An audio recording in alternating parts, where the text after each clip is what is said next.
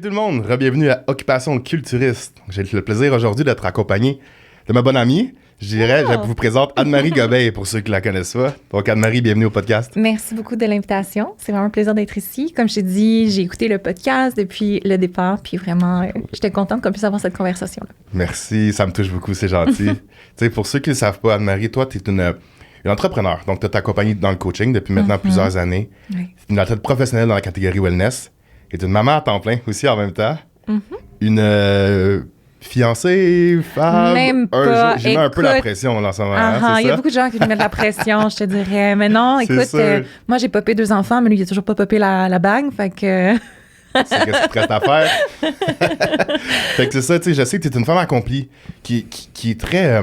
Tu sais, qui en accomplit beaucoup, mais qui veut encore en accomplir plus. Puis ce que j'aime, c'est être capable d'explorer un petit peu c'est quoi la réalité d'une personne. Tu sais, pas juste d'une athlète qui a juste à aller au gym, qui a à faire ci, qui a à faire ça, mais qui a à aller porter ses enfants en garderie, qui a à s'occuper des lunchs, qui a à s'occuper des repas, qui a à faire tout ça en même temps de faire ses cardio, faire son entraînement, tout ça. Fait qu'on va être capable d'aller un peu explorer c'est quoi la mentalité, le mindset, la vision, puis le mode de vie d'une femme comme toi.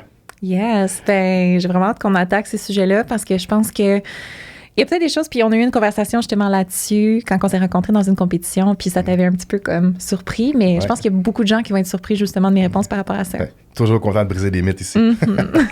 Donc, pour commencer, Anne-Marie, tu viens d'où? Donc, t'es née dans quelle région? Moi, je suis née sur la Rive-Nord de Montréal. Donc, j'ai toujours habité dans une toute petite ville. Il n'y avait même pas de feu de circulation. Okay. Ce qui a été vraiment une belle enfance, honnêtement. T'sais, on avait beaucoup de liberté parce qu'il n'y avait absolument aucun danger. Là, c'était très rural. On peut aller en vélo chez tous nos amis. C'était vraiment facile de se promener dans la forêt, puis explorer. Puis nos parents nous laissaient dehors toute la journée, puis il n'y en avait pas de problème. Fait que ça a été mon enfance, mon adolescence aussi. J'étais dans une école assez petite. Okay. Donc, j'ai toujours été dans un milieu assez préservé. T'sais, pour te donner un exemple, là, j'ai pris le métro, là, je pense, pour la première fois, j'avais 19 ans. Là, puis je comprenais pas du tout comment ça fonctionnait. Je pense que ça arrive beaucoup pour les personnes, les enfants de banlieue quand même, hein? Probablement. Tu sais, je veux dire, on avait toutes des voitures très, très jeunes parce que l'autoroute était quand même à 15-20 minutes. Il n'y avait pas de magasins dans le coin. Fait qu'on avait quand même ce besoin d'autonomie-là. Mais vraiment, tu sais, les commodités de la ville, j'ai pas connu ça. Transport en commun, tu sais, je veux dire, je l'ai un peu vécu sur Rive-Sud et Rive-Nord. C'est pas pareil comme à Montréal. C'est pas aussi accessible, Moi, je viens de Montréal, on dirait que t'as 8 ans, go dans le métro, tu t'en vas partout. Puis t'es même content d'aller partout sans les livres de tes parents. T'sais, même si maintenant j'y repense, je suis comme, ah mon Dieu, j'aimerais tellement mieux être dans le char avec ma mère. Mais dans le temps, non. Je veux rien savoir qu'elle me fasse un livre, je vais me taper 1h30 de transport, de transit, de métro, d'autobus, de peu importe. Mais tu sais, c'est sûr que ça fait une bonne différence à ce point-là. Là. Exact. Est-ce que tu as des frères et sœurs? Oui, j'ai 2 frères et une sœur. Fait qu'on est 4 enfants. Ouais. Donc, quand même une grosse famille. Bonne famille, ouais, ça j'allais dire. Ouais. Ma mère, quand on était jeune, avait une garderie en milieu familial aussi. Okay. Donc, moi et mes frères, on est très rapprochés. On a tous 1 an de différence. Puis à l'époque... T'es efficace. Ah, écoute, je sais pas si c'était intentionnel, là, mais à l'époque, c'était très difficile d'avoir accès aux garderies. C'était très cher dans les années 90. Fait que ma mère, elle avait l'équivalent des frais de garderie qui équivalait à son salaire. Donc, à un certain moment donné, elle s'est dit, ben non, je vais rester à la maison, puis je vais ouvrir une garderie. Okay. Fait que chez moi, dans les débuts, parce que c'était pas super encadré au début, les garderies en milieu familial, ça l'est devenu par la suite, évidemment, mais, tu sais, je me rappelle, on pouvait être comme 12-15 enfants chez nous. Là. Ce qui était super le fun. Ben oui. Mais, c'est ça, tu sais, beaucoup de monde, toujours dans un environnement où est-ce qu'il y a beaucoup... Tu sais, de compromis à faire. Je sais pas si tu viens d'une grande famille aussi, moi aussi. Mais veux pas, tu sais, je veux dire, compromis d'espace, compromis d'accessibilité à certaines choses. Puis je me rappelle, tu sais, si on veut un petit peu parler du parcours sportif, moi, quand j'étais enfant, j'étais pas du tout sportive. J'étais quelqu'un... Non, vraiment pas. Tu sais, j'étais quelqu'un qui... Surprenant. Ouais, qui était angoissé par les cours d'éducation physique. Mais c'est quand même drôle parce que même si j'étais performante dans ces choses-là, j'aimais pas comme m'exposer à l'activité physique. J'aimais pas avoir mal, j'aimais pas courir, j'aimais pas comme souffrir, mais j'avais comme une tendance naturelle de quand même bien performer. Tu sais, j'essayais vraiment pas, puis j'étais quand même parmi les meilleurs, mettons, tu sais, au cross-country, je sais pas si tu faisais ça à l'école. Oui, je m'en rappelle. Ou dans les sauts de distance, tu sais, j'étais toujours vraiment comme super bonne, même si je mettais pas vraiment d'efforts. Puis c'est juste à l'adolescence vraiment que j'ai commencé à prendre plus d'intérêt envers le cheerleading. Puis ça a été comme ma grande passion là, quand j'étais ado. Puis justement, tu sais, je te parlais de faire des compromis avec mes parents, veux pas, tu sais, avec 4 enfants, soutenir des sports. Ça coûte cher. Exactement. Tu sais, des sports justement qui vont exiger que tu voyages beaucoup, que tu ailles en compétition, il y a les frais d'hôtel, les frais d'uniforme, tu sais, c'était vraiment beaucoup de sous. Puis où est-ce que j'en faisais? Là, j'en faisais dans une équipe qui était située à Rosemère, puis c'est des gens qui étaient peut-être un petit peu plus fortunés dans ces... Aisés un peu là-bas. pas. Là, ouais. C'est pas pour dire que mes parents avaient de la difficulté financièrement, mais c'est juste que quand tu as 4 enfants, veux pas, il y a beaucoup de frais ben oui, beaucoup. associés. Puis, tu sais, ils veulent donner à tous les enfants aussi de façon égale. Fait que, avec mes frères, c'était un peu une question de, bon, comment est-ce qu'on va faire en sorte que vous fassiez tous de l'activité physique? Parce que c'était vraiment comme on n'avait pas le choix. Il fallait choisir quelque chose. Comme ça, là. Ouais. Fait que même quand j'étais enfant, puis j'étais pas super axée sur le sport, j'avais quand même un intérêt pour la danse, puis tu sais, des activités vraiment plus axées dans la performance. Puis je pense que c'est performance sur scène, là, je veux dire. Je pense que c'est pour ça que j'avais un intérêt aussi envers le cheerleading, puis plus tard que j'ai eu un intérêt envers le bodybuilding aussi. C'est vraiment l'aspect performance sur scène qui pour moi comme m'attirait. Je pense que ça venait vraiment rejoindre mon côté plus artiste, créatif.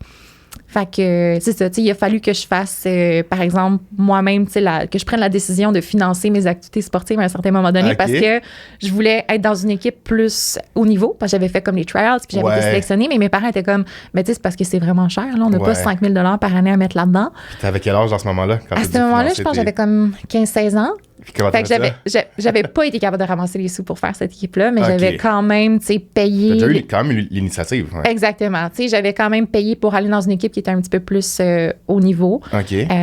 Mais pas vraiment le niveau parce que je savais que je pouvais être, ça me brisait le cœur. Fait que j'étais comme, tu sais, je suis tellement, genre, passionnée. C'était-tu les Flyers de Laval? Non. C'est la seule équipe de cheerleading que je connais. Ah, les Flyers? Non. Il semble que j'ai entendu ça quelque part à un moment donné. Mais c'était pas du tout dans mon secteur. Mais c'est ça. Puis il y avait justement des équipes que je regardais. Tu sais, j'étais comme, OK, je suis limitée par le facteur financier. Donc là, je vais me trouver des équipes qui coûtent moins cher. Mais tu sais, c'était comme super loin. Puis il n'y avait pas beaucoup d'équipes dans le temps. C'était comme émergent encore, le cheerleading. Maintenant, il y en a partout. Là, c'est quand même très, très répandu. C'était quoi la différence? Qu'est-ce qui explique les frais? Les différences de frais au final d'une équipe à l'autre? Je pense qu'il y a un certain prestige peut-être dans certaines équipes. Ils peuvent avoir des coachs qui sont peut-être un petit peu plus qualifiés.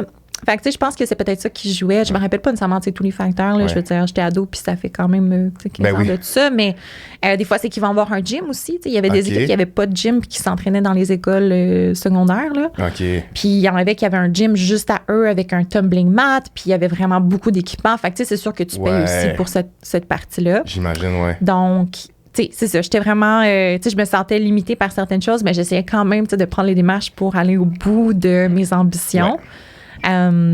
Puis éventuellement, je pense que comme toute adolescente, à un moment donné, il y a certaines choses qui prennent un petit peu plus de place dans ta vie. Fait que, tu sais, que ce soit genre les garçons, bien sortir ou tu sais, commencer à faire le party un peu plus.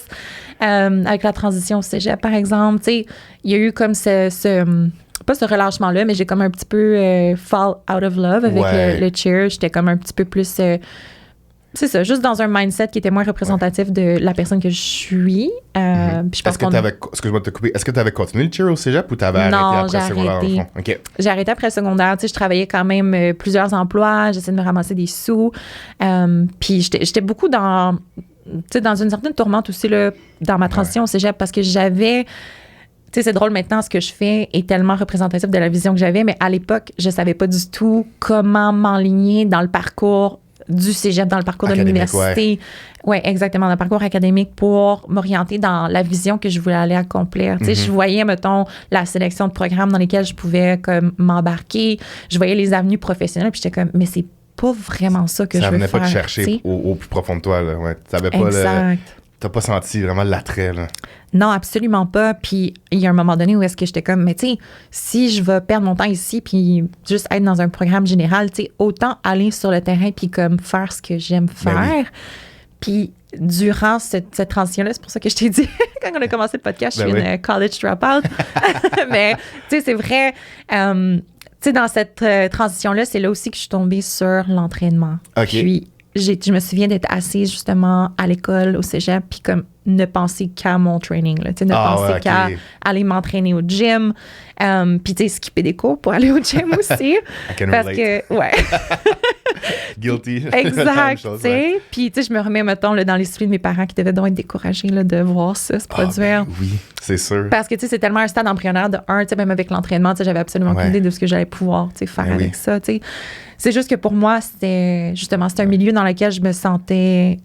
Je faisais abstraction justement de tout ce qui se passait dans ma vie, de toutes les insécurités que j'avais par rapport à mon parcours académique, puis par rapport aux grandes décisions qu'on doit prendre, quand on a cet âge-là, 17-18 ans.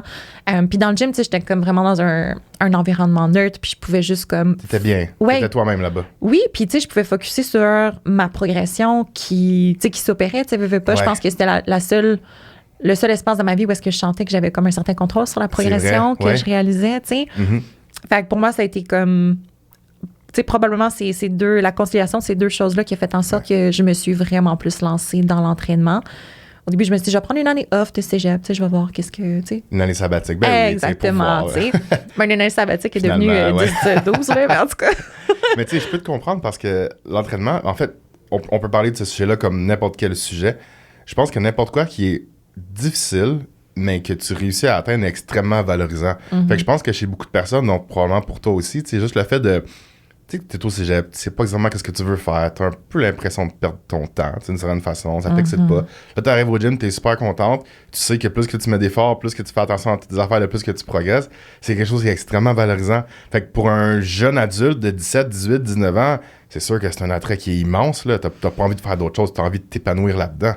Te sentir valorisé, te sentir accompli, te sentir que, tu sais, vraiment, ça donne la valeur aux personnes. Fait que je pense que c'est c'est probablement ça qui t'est arrivé, là. Exactement. Puis tu sais, moi, quand j'ai commencé à m'entraîner, j'ai été m'inscrire au gym pour la première fois en janvier 2012. Non, 2013. Okay. 2013. Les résolutions, là. Go! Janvier, absolument. Puis tout le monde aime ça comme, tu sais, critiquer les résolutions, puis les décisions qu'on prend en nouvelle année. Mais pour moi, ça a toujours été comme une période super effervescente où est-ce que je suis toujours dans une bonne énergie. J'ai toujours envie de me lancer dans des projets, de planifier mon année, d'avoir vraiment un overview de ce que je veux accomplir. Puis, quand j'ai été m'inscrire, justement, c'était suite à une rupture amoureuse. C'est comme ma première rupture amoureuse. Là. Puis là, j'étais comme, bon, ben, il faut que je fasse quelque chose de mes soirées. J'ai comme vraiment beaucoup de temps libre. Donc, je vais aller m'inscrire au gym.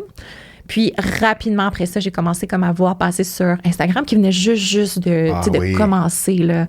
On savait même pas. T'as quel âge, toi, en ce moment? Moi, j'ai 29. OK, c'est ça. Ouais, on a vu un peu, tu sais, j'ai 33 maintenant. On a vu un peu l'entrée d'Instagram, je pense, directement. Puis ça a fait exploser, selon moi, le monde du fitness en général. Ouais, absolument. T'sais, ça a été vraiment un portail pour découvrir ce monde-là. Exactement. Honnêtement, j'aurais pas probablement été intéressée par ces choses-là si je les avais pas vues passer sur mon Instagram. Parce que oui, il y avait les revues puis tout, mais je pense même pas que c'était quelque chose qui était... Honnêtement, j'ai jamais vu ça dans les pharmacies puis dans les épiceries ici, là, jusqu'à tout récemment. Ouais. Mais je veux dire... Je pense qu'il y avait un dépanneur dans le temps où je me rappelle que j'étais capable d'aller acheter mon Muscular Development. Là, j'étais au Place Versailles. Mais ça s'adressait vraiment plus aux hommes, de toute façon. Il était caché. Comme tu dis, il y avait pas beaucoup de contenu. Les revues pour presque avec des revues porno. C'était presque ça. Pour vrai, c'était genre derrière la rangée. Tu voyais à peine le logo sortir. Mais non, comme tu dis, c'est vrai maintenant que j'y pense qu'il y avait vraiment pas beaucoup de contenu pour femmes. Il y avait aussi moins de division pour femmes dans les débuts, tu sais. Fait que je pense que c'est pour ça. Oui. Oui, parce qu'il y avait que bodybuilding puis fitness au départ. Fitness. Après, ils ont ajouté figure avec le maillot une pièce. Moi, je veux dire, j'ai pas connu cette ère-là. Moi, c'est vraiment avec l'avenue de bikini là, qui est arrivée en 2012, je crois, si je me trompe pas, que j'ai commencé à m'intéresser à ça. Parce qu'évidemment, c'était un look beaucoup plus accessible, surtout dans les débuts de bikini. Là, c'était pas du tout ce que c'est maintenant. Je pense que c'est 2010 que ça a commencé. 2010? Je crois. OK. Juste parce que j'ai fait ma première compétition en 2010 puis il y avait bikini. Il y avait bikini. OK, je vais te truster là-dessus. C'est toi qui sais le mieux à ce moment-là. Mais dès que j'ai vu ça passer, justement, puis particulièrement, tu sais, je me rappelle les filles que je regardais, là, beaucoup de Natalia Mello. Je sais pas si ça oui. Ouais, ça tient une cloche. Dans le temps. Ah, c'est ta préférée. Ouais. Mais c'est ça, tu sais, comme ces filles-là, même Ashley Cantwasser. Tu sais, c'est tellement drôle parce que c'était une de mes premières idoles. Puis quand j'étais à Toronto l'année passée, tu sais, elle était là. C'est vrai, tu l'as rencontrée? Ouais. Ben, tu sais, j'ai rencontré, j'ai pas parlé, mais ça fait juste drôle, tu sais, c'était comme un full circle moment. Puis c'est ça, tu sais, j'ai commencé à découvrir ça justement dès que je me suis abonnée au gym. Puis là, j'étais comme, ben je vais faire une copie, tu sais, comme. Tu dis, why not? Ouais. Fait que là, j'ai engagé mon premier coach qui était Jacob Hamel. Ah, ben oui. Charlotte Jacob, salut. Puis tu sais, ça a été comme une super belle expérience, honnêtement, parce que j'ai vu mon corps changer à une vitesse fulgurante, j'y croyais pas, tu sais, je mangeais plus que jamais, tu sais, je faisais que de la muscu, là, je faisais pas de cardio, là, même durant ma prep, je faisais presque pas de cardio, je pense que le plus que je suis montée, c'est comme 20 minutes, puis j'en revenais pas des changements que je voyais sur mon corps, j'étais complètement flabbergastée, là. C'est là qu'on rajoute l'éthique de travail, mais là, on vient mixer un peu les connaissances à ça. Exact. C'est pas juste je m'entraîne puis je mange. Mais j'avais aucune connaissance, moi, personnellement, tu sais, je devais m'entraîner vraiment de façon sous-optimale. À y penser, je suis comme, je sais pas pourquoi j'ai pensé que je pouvais faire une compé littéralement 6 mois après avoir commencé à m'entraîner, mais dans ma tête, ça faisait du sens. Ben oui, t'étais juste tellement dedans, t'étais passionné, tu t'aimais ça. Tu sais, je pense qu'il y a beaucoup de gens qui vont laisser le sentiment d'imposteur les stopper dans leur ambition, mais moi, on dirait que j'ai comme pas cette gêne-là. Tu sais, je suis comme... Puis, tu sais, ça peut être détrimental définitivement, parce que des fois, tu vas t'embarquer dans des situations, dans des projets, puis t'es comme, mais c'est vraiment trop gros. Pourquoi est-ce que j'ai fait ça, tu sais? Ouais. Mais des fois, justement, ça te permet un petit peu de bypasser les étapes où est-ce que tu es dans le overthinking, puis tu vas peut-être, justement, tu sais, te faire une histoire dans ta tête, puis t'empêcher d'aller vers l'avant, alors que, tu aurais les capacités pour, tu sais, puis les capacités de juste mettre un pied devant l'autre. Fait que, tu sais, dans tout ce que j'ai fait, surtout avec le bodybuilding, tu sais, j'ai comme pas ce syndrome de l'imposteur-là. Si... Tu sais, s'il y a quelqu'un qui me back, mettons que mon coach est comme, ah oui, on peut le faire, tu sais, je suis comme, OK, go for it. Puis comme, tu sais, on vise le top. Là. Je pense que c'est un atout personnel majeur, ça, par exemple. Je pense même pas qu'il y a de négatif à avoir ça, là. Parce qu'au pire, tu te plantes. Mais tu sais, avec cette mentalité-là, tu vas toujours te relever, tu vas toujours te lancer dans quelque chose, puis au final, tu vas avoir du succès. Exact. Tu sais, puis je pense que, tu sais, j'en parle souvent plus sur le réseau personnel, mais comme la fausse humilité, je pense que c'est vraiment tout simplement une insécurité. Puis c'est quelque chose qui vient freiner beaucoup de gens. Tu sais, les gens ont la perception qu'ils doivent être humbles, puis qu'ils doivent comme, tu sais, un peu genre under stripes, je sais pas comment le dire en français, mais comme... Je déteste ça. Je sais. Ah ouais, c'est tellement un frein personnel, ça. Et c'est un frein personnel, puis c'est comme une façon de s'auto-saboter aussi, tu sais, on s'entend, puis, tu sais, honnêtement, si la pire chose que quelqu'un peut dire sur moi, c'est que je suis pas humble, comme... be it, c'est correct. Tu sais, je veux dire, quand tu connais ta valeur puis tu connais ton potentiel, puis il arrive un moment où est-ce que tu connais ton potentiel puis tes capacités parce que de façon répétitive, tu t'es mis dans une situation confrontante où est-ce que tu allais devoir level up puis que tu as réussi à le faire. Veux pas, c'est ce qui vient comme ajouter un degré de confiance. Ben oui. Ajouter une arc à ton... une flèche à tes... C'est ça, exactement. Et, tu sais, c'est comme ça que tu vas finalement être capable de bypasser l'opinion des autres, puis le désir de te faire percevoir comme quelqu'un de humble, puis de juste faire confiance à ton instinct, puis faire confiance à ta propre perception de sont où mes limites actuelles, c'est où que je veux aller, puis qu'est-ce que j'ai juste besoin d'avoir comme ingrédient, comme ressource pour passer au prochain niveau, tu sais. J'adore tout ce que tu dis, c'est tellement vrai. Je pense que l'humilité, c'est un peu une fausse valeur. Même une valeur qui a été déformée si on la prend directement au sens littéraire. T'sais, si tu lis la définition dans le dictionnaire, c'est vraiment pas ce que le monde y pense. Là. C'est pas le fait de... je pense que le monde a juste tendance à tellement vouloir pas froisser, pas déranger, pas prendre trop de place, qui ont tendance à genre, je sais pas comment dire en français, mais à dim their own lights, à tout le temps essayer de baisser leur propre énergie. Puis je trouve que ça, c'est irrespectueux envers ta propre personne. Ouais, soit la meilleure version de toi-même que tu peux être. Puis si tu as atteint quelque chose, montre-le, c'est correct. Dans ma tête, tu peux pas être... c'est pas du cockiness, c'est pas de l'arrogance. C'est si tu as accompli quelque chose puis tu le montres. Tu arrives en shape, tu postes une photo de toi en shape, t'es pas humble à cause de ça. Tu l'as fait, tu l'as acquis ce physique-là, tu sais. Fait que non, je suis pareil comme toi à ce niveau-là. Moi, le principe d'humilité un peu, de vouloir rester humble tout le temps. Non, prends ton espace, laisse-toi briller au maximum, le plus que tu peux. Il arrivera ce qui arrivera après. Puis au final, la perception des autres, ça va toujours rester la perception des autres. Comme tu as dit, si tu es bien avec toi-même, tu es heureuse, tu te connais en tant que personne, puis tu t'apprécies, c'est une histoire de self-esteem, ben c'est correct, là. Puis on contrôle pas ce que les autres pensent de nous, là. Au final, il y a toujours quelqu'un qui t'aimera pas. Il y a toujours quelqu'un qui va te dire une affaire de négatif sur toi. Mais si tu as assez confiance en toi-même pour être capable de t'élever au-dessus de ça, là, tu es un gagnant, puis au final, tu vas avoir une meilleure vie, tu es une personne plus heureuse. Puis tu sais, je pense que justement, comme tu l'as dit, les gens ont peur de ce que les autres vont dire ou des commentaires négatifs peut-être qui peuvent émaner des gens s'ils se montrent plus confiants que qu'est-ce qu'ils pensent qu'ils devraient être. Mais tu sais, en réalité, si tu es justement en train d'irradier cette énergie positive-là, tu sais jamais qui tu peux inspirer. Puis je pense que c'est quelque chose qui est vraiment très important de comprendre. Tu sais, peu importe la position dans laquelle tu es, que tu sois... Là, on parle de bodybuilding, là, mais que tu commences, que tu sois à tes débuts ou que tu sois comme un athlète pro, tu sais, d'être capable d'instiller justement cette inspiration-là dans les autres. Puis, tu sais, on parle d'humilité, on parle de confiance, mais je pense que justement la confiance qui est vraiment, tu sais, comme bien ancrée en toi parce que tu te connais, parce que tu sais ce que tu vaux, tu sais, c'est le genre de confiance que peu importe la personne que tu vas rencontrer, ça va être perçu de façon positive. Tu sais, je pense pas que quelqu'un qui va essayer de déformer cette confiance-là puis de la faire passer comme du cockiness, tu sais, je pense qu'il y a une bonne, tu sais, comme il y a toujours une façon de dire les choses, une bonne façon de dire n'importe quoi. C'est vrai. C'est la même chose avec la confiance. T'sais, si ça transparaît mal, c'est parce qu'à un certain moment donné, il y a peut-être quelque chose justement que tu exprimé d'une façon qui n'était pas en alignement avec c'est quoi la confiance à tes yeux. Puis, je veux dire, c'est là que vraiment on va attraper ce glitch-là puis que les gens vont peut-être percevoir ça comme du cockiness, mais... C'est vrai ce que tu dis. Si tu es dans tes valeurs puis en alignement avec la personne que tu sais que tu es, je veux dire... Tout ce qui va arriver, c'est que tu vas inspirer les autres. Puis tu sais jamais, justement, la petite étincelle que tu peux aller allumer dans quelqu'un. Là. C'est vrai. Je pense que, comme tu dis, si t'apparais comme quelqu'un qui est coquille, qui est arrogant, peu importe, au final, c'est peut-être juste un manque d'estime de toi-même d'une certaine façon. C'est que tu sais qu'il y a une lacune, puis tu essaies de compenser parce que le commentaire d'une autre personne t'a trigger, est venu réveiller quelque chose en toi, l'orgueil, un ego qui a fait « Oh non, je suis ici », quand dans le fond, au fond de toi, tu sais que tu l'es pas à 100%. Donc, c'est vrai. C'est drôle, parce qu'on va revenir par la suite. Tu as développé une belle entreprise au niveau de coaching. Je vois tout ce que tu fais, la communauté que tu as développée, je trouve ça vraiment beau, c'est super inspirant, c'est bien fait. Puis, tout ce que tu me dis me fait juste penser parce que nous, on s'est rencontrés il y a une couple d'années, il y a longtemps. J'ai connu, on va dire, l'ancienne Anne-Marie. T'avais pas 15 ans, mais quand même. Un prototype de... Ouais, non. Exactement, ouais. Mais j'ai quand même vu, je veux dire, au niveau de tes débuts dans le coaching, pas tes débuts, mais dès que tu as commencé à créer la communauté Barbell, elle a quand même take off assez rapidement. Je trouve que tu t'es lancé, puis bang! Puis je peux le dire de l'extérieur, tu sais, je suis pas quelqu'un qui est jaloux envers les autres. Mais même moi, ça a été inspirant. T'es le genre de personne dans ma vie que j'ai vu lancer leur business au début, puis j'ai fait « wow ». Parce que autant que je suis plus la même personne que j'étais dans ce temps-là non plus, tu sais, j'ai beaucoup évolué. Autant que toute cette personne-là qu'on parle avant, le syndrome de l'imposteur, le manque de confiance, toujours ça, se soucier de ce que tel ou tel va penser de nous, ça, c'était moi avant. Dans le temps qu'on se connaissait, à 100%. Tu sais, pendant longtemps, je me suis retenu de faire des affaires par peur de l'échec, peur du jugement, peur de ci, peur de ça.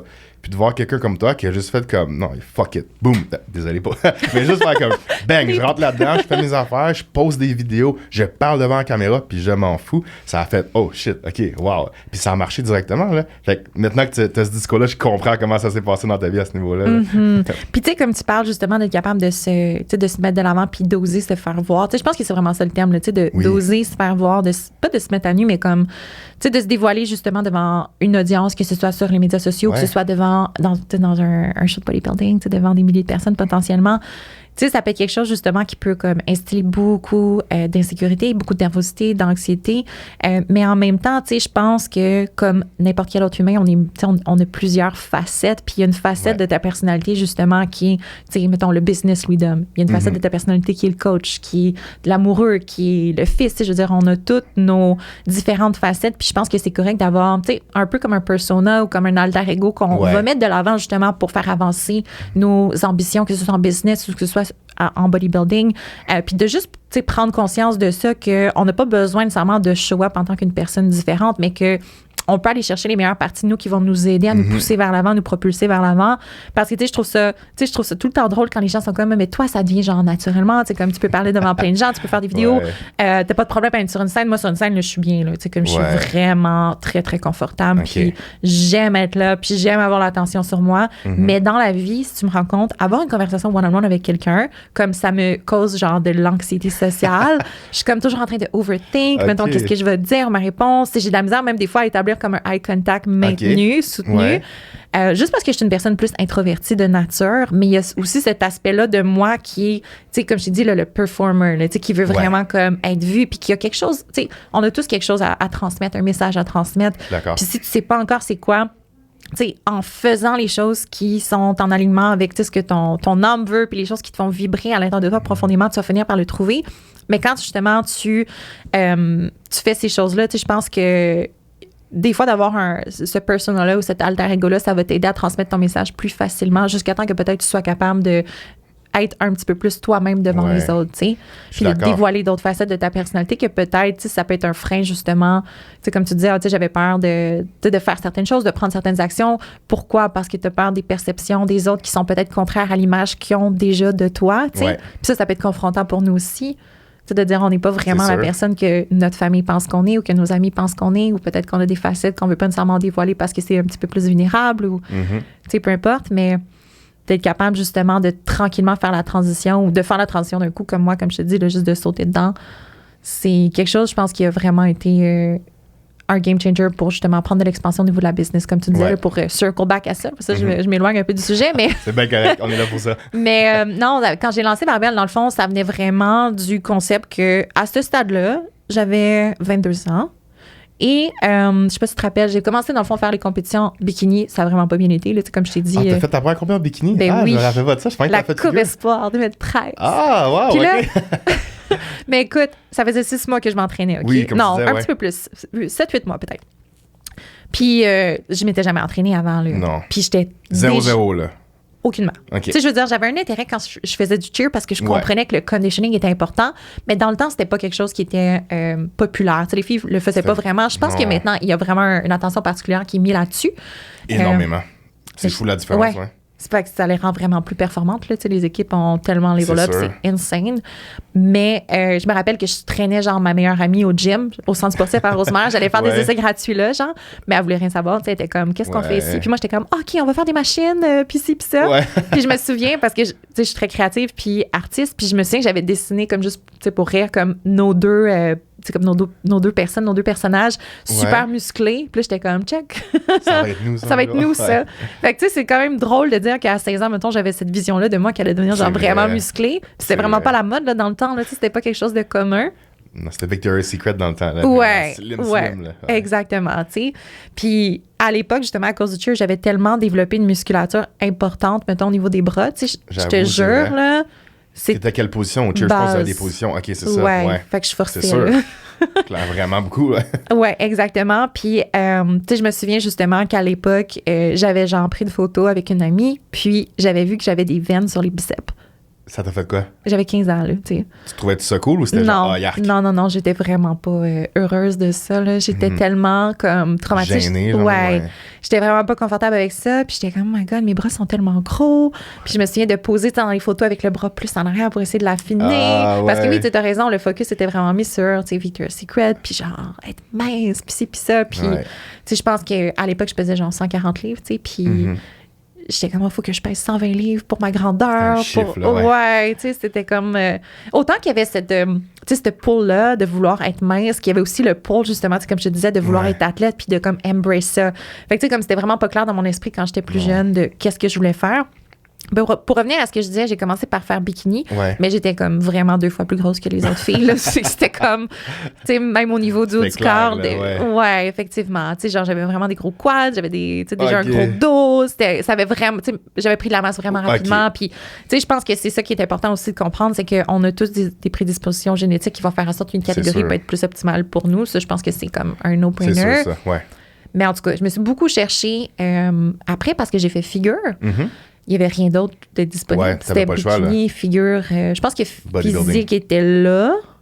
Je pense que un peu plus tard, mais... Non, je pense que c'était déjà... ouais, je pense. Il y avait Danelyn Bailey. Ouais, c'est ça, exactement. Ouais, dans les donc, tu sais, ça, c'était vraiment pas dans mon radar, là. Non. Fait que, tu sais, j'ai regardé figure, je suis comme, OK, ouais, mais c'est beaucoup de masse, mais ça va être ça. Ça va être ça. Tu sais, j'ai comme pas le choix, là. Tu sais, je veux dire, je peux pas faire bikini, là. Tu sais, même au niveau de la stature, ça fonctionnait pas. Je suis juste vraiment trop massive, tu sais. Fait que là, figure, ça a pas mal été, tu sais, parce que je pense que j'ai toujours... ça a bien été quand même. Ça a bien été, tu sais, je pense que j'ai quand même certains points clés, mettons, qui vont faire en sorte que j'avais une bonne symétrie. Mais le développement musculaire, par exemple, au niveau du haut du corps, tu sais, je veux dire, il y avait vraiment un gap entre où est-ce que j'étais puis comme le niveau... Parce que moi, mon objectif, c'était vraiment d'aller chercher, tu sais, la carte pro puis tout, même à l'époque. Puis là, je regardais les filles pro-figure. Puis dans le temps, c'était vraiment pas la même chose que figure maintenant. Là, c'était pas aussi musculaire. Mais je regardais ça, puis je suis comme, oh, ouais, non, je pense pas que ça va le faire. Ouais, c'est peut-être pas dans mes cartes, là. Ouais, j'étais pas prête à faire ce qu'il fallait faire pour y arriver, là. Donc, tu sais, après ça, j'ai comme eu un petit down au niveau de, bon, qu'est-ce que je fais maintenant? Tu sais, j'avais 22 ans, je savais pas trop quoi faire. Puis oui, je coachais des gens en personne. Puis là, je me suis rendu compte que les femmes venaient à moi avec énormément de questions, puis juste une incompréhension générale de comment est-ce que le corps fonctionne. OK. Donc, il y avait encore... Tu sais, ça me surprend encore que ce soit les mêmes conversations qu'on a en 2023, parce qu'il y a des choses que, tu sais, malgré toutes les formations disponibles maintenant sont encore récurrentes, mais tu sais, que ce soit la nécessité, par exemple, pour elles, dans leur tête, de couper les glucides ou bien de faire énormément de cardio. Tu sais, il y avait juste une incompréhension générale de qu'est-ce que ça prend pour bâtir un physique qu'elles avaient en tête. Ouais. Donc, je me suis dit, tant qu'à rencontrer comme 15 personnes par jour puis leur répéter toute la même affaire, je vais juste partir un blog, puis je vais créer des articles, je vais écrire un article par jour, puis je vais les envoyer là, puis je vais leur dire, bon, mais pour ta question, va lire ça. Pour ta question, va lire ça. Tu sais, je vais te l'expliquer brièvement, mais va genre prendre plus d'informations, parce que, tu sais, il n'y avait aucune vraiment ressource en français à l'époque pour les filles qui voulaient comme prendre la masse musculaire ou faire comme un recomp. C'était très, très axé sur la perte de poids. Puis sinon, c'était en anglais que c'était disponible. Donc, tu sais, c'est peut-être un frein justement pour comprendre certains concepts un petit peu plus poussés. Puis, ça a vraiment décollé. Tu sais, je pense que vraiment la conciliation de Facebook à l'époque, là, c'était beaucoup sur Facebook qu'on partageait. Instagram aussi, mais il n'y avait pas comme, mettons, les liens externes et tout. Fait que c'était un petit peu plus difficile de partager. Mais reste que le reach sur les médias sociaux était vraiment, vraiment bon. Puis le fait que j'écrivais beaucoup, tu sais, c'était un article par jour. C'est vraiment beaucoup. C'est beaucoup. T'as fait ça pendant combien de temps, un article par jour? 3 ans. My God, t'as pas atteint 3 ans? Non, je pense pas que j'ai pris un day off, là. Shit. Félicitations. C'est impressionnant, vraiment. Mais, tu sais, justement, ça a énormément décollé dès le départ. Puis, tu sais, je veux dire, je sais pas nécessairement que les chiffres sont si impressionnants, mais pour moi, c'est impressionnant. Parce que je sais qu'il y a des plateformes, évidemment, qui vont performer plus, mais tu sais, il y a des fois où est-ce que je regardais, mettons, le nombre de partages sur les médias sociaux, puis c'était comme 2000 partages. Là, c'est fou, ça. Depuis le site, où genre, je regardais, mettons, mes visites sur le site web, puis c'était genre 500 000 visites uniques dans le mois. Fait que, tu sais, 500 000 personnes individuelles sont venues lire des articles sur la musculation pour femmes. J'étais comme complètement mind blown. Puis, évidemment, la communauté qui s'est bâtie autour de tout ça, c'est une communauté qui, tu sais, même encore, il y a des filles qui sont présentes depuis le départ, puis c'est une communauté très fidèle de femmes qui respectent justement, je pense, le fait que l'information qui est donnée, c'est l'information de qualité, puis que vraiment, c'est des choses des outils qu'elles peuvent appliquer dans leur parcours, puis qui vont vraiment les aider. Puis je pense que dans n'importe quel business, si tu pars une business juste pour faire de l'argent ou juste pour, tu sais, comme aller chercher du clout ou de la visibilité ou de la, tu sais, comme juste un espèce de satisfaction personnelle de surface, à ce moment-là, tu sais, comme, est-ce que vraiment, ça peut décoller, mais est-ce que ça va durer? Est-ce que tu vas être capable de convertir l'attention en vente? Peut-être pas. Tu sais, je pense que c'est vraiment important d'aller desservir les gens que tu veux desservir, puis vraiment leur offrir non seulement la valeur qu'ils recherchent, d'offrir une solution à leur problème, mais tu sais, d'offrir plus que ça, au-delà de ce qu'ils espèrent, justement, trouver chez toi. Puis, c'est pas de... Dans le coaching, je pense que c'est vraiment une question de pas leur donner le plan de match qu'ils ont besoin de suivre pour accomplir le résultat X qu'ils veulent, mais de leur donner les outils qu'ils vont pouvoir implémenter pour par la suite être autonomes puis réaliser des changements dans leur vie qui vont vraiment les suivre puis les impacter positivement. Puis je pense que vraiment la différence est là. Puis particulièrement maintenant, les gens sont tellement sensibles, tellement intelligents émotionnellement sur les médias sociaux qu'ils sont très capables de percevoir c'est quoi l'intention derrière la publication de quelqu'un, tu sais. On le voit quand quelqu'un essaie juste de nous vendre quelque chose. Tout le monde n'aime pas ça. Absolument. Surtout avec le coaching, surtout avec tout ce qui a trait au corps humain, particulièrement pour les femmes. Je pense que ça peut être des sujets qui sont très sensibles. Fait que la façon dont tu vas l'apporter quand tu parles de changement corporel en 2023, il faut vraiment que ça vienne d'une intention qui est pure puis qui est en alignement avec ta mission à long terme. Puis vraiment, quand je publie quelque chose, je me pose toujours la question, c'est quoi mon intention derrière ce post-là. Même si c'est juste une story, même si c'est juste comme un reel, whatever, ça peut peut-être être une pièce de contenu incroyable, là, ça peut être quelque chose d'anodin, mais comme c'est quoi l'intention? Les gens qui vont le voir, qu'est-ce que je veux éveiller en eux? Puis c'est sûr que tu contrôles pas tout. Il y a des gens qui vont voir tes choses, puis comme tu dis, qui vont peut-être être trigger par quelque chose que tu dis ou partages, mais ton audience cible, les gens vraiment que tu vas aller atteindre pour changer leur vie, puis pour les aider, c'est quoi que tu veux qu'ils feel? Tu vas être sûr de leur apporter quelque chose. Tu veux pas juste faire du contenu vide ou qu'il soit seulement dans le superficiel. Tu veux vraiment... Je pense que c'est bon ce que tu dis parce que même si tu aides quelqu'un à complètement changer sa vie, on va venir au coaching, dans le fitness, un peu dans nos domaines, là, après, 6 mois, il est rendu dans le physique de sa vie, il a des bonnes habitudes de vie, tout va bien. Le monde reste à cause de la façon dont tu les fais sentir. Fait que je pense que au niveau rétention client, ton approche, c'est parfait parce que en plus, tu as créé une communauté. Je pense que tout le monde, dans la vie, on aime s'identifier à quelque chose. Peu importe c'est qui, je m'en fous ce que n'importe qui va dire. Là. On n'aime pas être tout seul. Puis même quand même le monde qui se considère comme des lone wolves, souvent, au final, ils vont finir par se rattacher à une autre clique de lone wolf. Puis ils vont juste, tout ensemble. Au final, le monde aime s'identifier à quelque chose. Et je pense que créer l'effet de communauté, le sentiment de communauté, je veux dire directement, c'est quelque chose qui a été probablement un game changer pour ta communauté. Puis le fait que tu t'as tellement engage avec eux avec une fréquence qui est haute, puis tu as vraiment care à leur succès, puis à comment ils se sentent, puis à leur développement personnel. Je pense que c'est probablement ça qui a fait que l'essor de ta compagnie au point où ce qui est rendu maintenant. Là, parce que c'est beau, parce que les personnes chez toi, ils viennent pas juste chercher un plan, un programme, puis une diète, tu sais, ils viennent chercher quelque chose de plus. C'est ce petit plus-là, je pense, qui fait toute la différence. Puis tu sais, je pense qu'une erreur justement qui est faite beaucoup, surtout dans dans l'offre de service, que ce soit du service de coaching ou de l'encadrement de quelconque façon, en entraînement, les gens vont peut-être avoir tendance à vouloir comme montrer une façade de eux qui est très professionnelle, qui est que professionnelle, ou se détacher, détacher le côté humain de leur personne pour montrer à quel point ils ont des connaissances, montrer à quel point ils peuvent aider les gens. Mais la réalité, c'est que même si tu as toutes les connaissances, même si tu es le plus qualifié sur Terre, si tu n'es pas capable de connecter humain à humain, il n'y a absolument personne qui va acheter de chez toi. Il n'y a absolument personne qui va cliquer sur Add to Cart puis qui va te faire confiance. Je pense que c'est super important de montrer non seulement ton côté humain, la personne qui était ta personnalité, mais si tu es à l'aise de montrer certaines parcelles de ta vie aussi, ton propre parcours personnel, c'est quelque chose que les gens, indéniablement, ça va rester marqué dans leur esprit. Puis dans les dernières années, parce que ça fait quand même presque 7 ans, le Barbell, que c'est commencé, puis je veux dire, il y a eu énormément de changements dans ma vie personnelle, Autant au niveau de mon parcours athlétique, avec les grossesses, avec les compétitions maintenant. Puis, je me fais un point d'honneur de partager ça, de le partager d'une façon qui est positive. Puis, encore une fois, de faire vraiment attention à comment est-ce que je présente l'information. Mais de partager justement des parcelles de mon parcours parce que je pense que c'est important, juste d'un point de vue transparence, mais aussi parce que je comprends que c'est le facteur humain qui garde les gens attachés à toi. Les personnes n'achètent pas un produit, ils t'achètent toi dans le fond d'une certaine façon. C'est à toi qu'ils sont attachés. Fait que tu es toi-même, t'es toi-même ta propre business là, en tant qu'individu, pas seulement en tant que coach. Fait que c'est normal que ta compagnie, au fil des années, avec ce que tu as vécu, a un peu suivi le même parcours là, au final. Là. Fait que non, c'est beau, c'est vraiment beau. Fait que donc là, tu as parlé des grossesses, justement. Fait que là, c'est quand que c'est arrivé? Là, tu as terminé les compétitions. Quand tu as décidé de prendre ton petit break, tu avais 22 ans, c'est ça? 22 ans. Là, je pars en Barbell, ça va super bien. Fait que là, j'ai comme un hype parce que je suis comme, OK, tu sais, comme il y a quelque chose qui va bien dans ma vie. Trouver quelque chose. Oui, c'est ça. Tu sais, les compés, whatever. Tu sais, on va faire un X là-dessus pour le moment. Puis, tu sais, à cette époque-là, dans ma première vie de compétition, dans le fond, je me rappelle juste que c'était difficile. Tu sais, c'était difficile d'être en condition. C'était difficile d'atteindre mes objectifs. Je me souviens juste que le parcours était vraiment comme exigeant.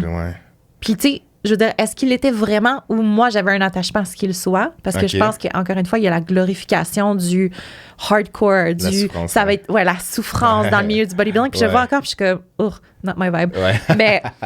c'est ça. Fait que, tu sais, est-ce que j'avais un attachement à ça, puis je prenais des décisions qui faisaient en sorte qu'après, j'avais plus de difficultés, genre pas prendre au sérieux, mettons, mon improvement season, puis après, j'avais juste plus de mal à perdre, tu sais, pour être en condition, je sais pas, tu sais. Mais je me disais juste que c'était vraiment difficile, très lourd, puis que mon corps était vraiment fatigué. Fait que après ça, je me suis dit, là, je vais arrêter ma diète. Je vais arrêter de m'entraîner pour le bodybuilding. Je vais faire quelque chose de complètement différent.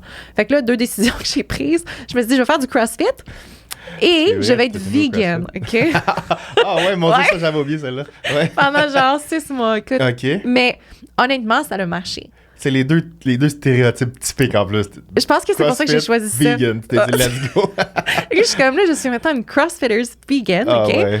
Mais non, honnêtement, j'ai commencé à m'entraîner en CrossFit en 2017. Je pense janvier 2017.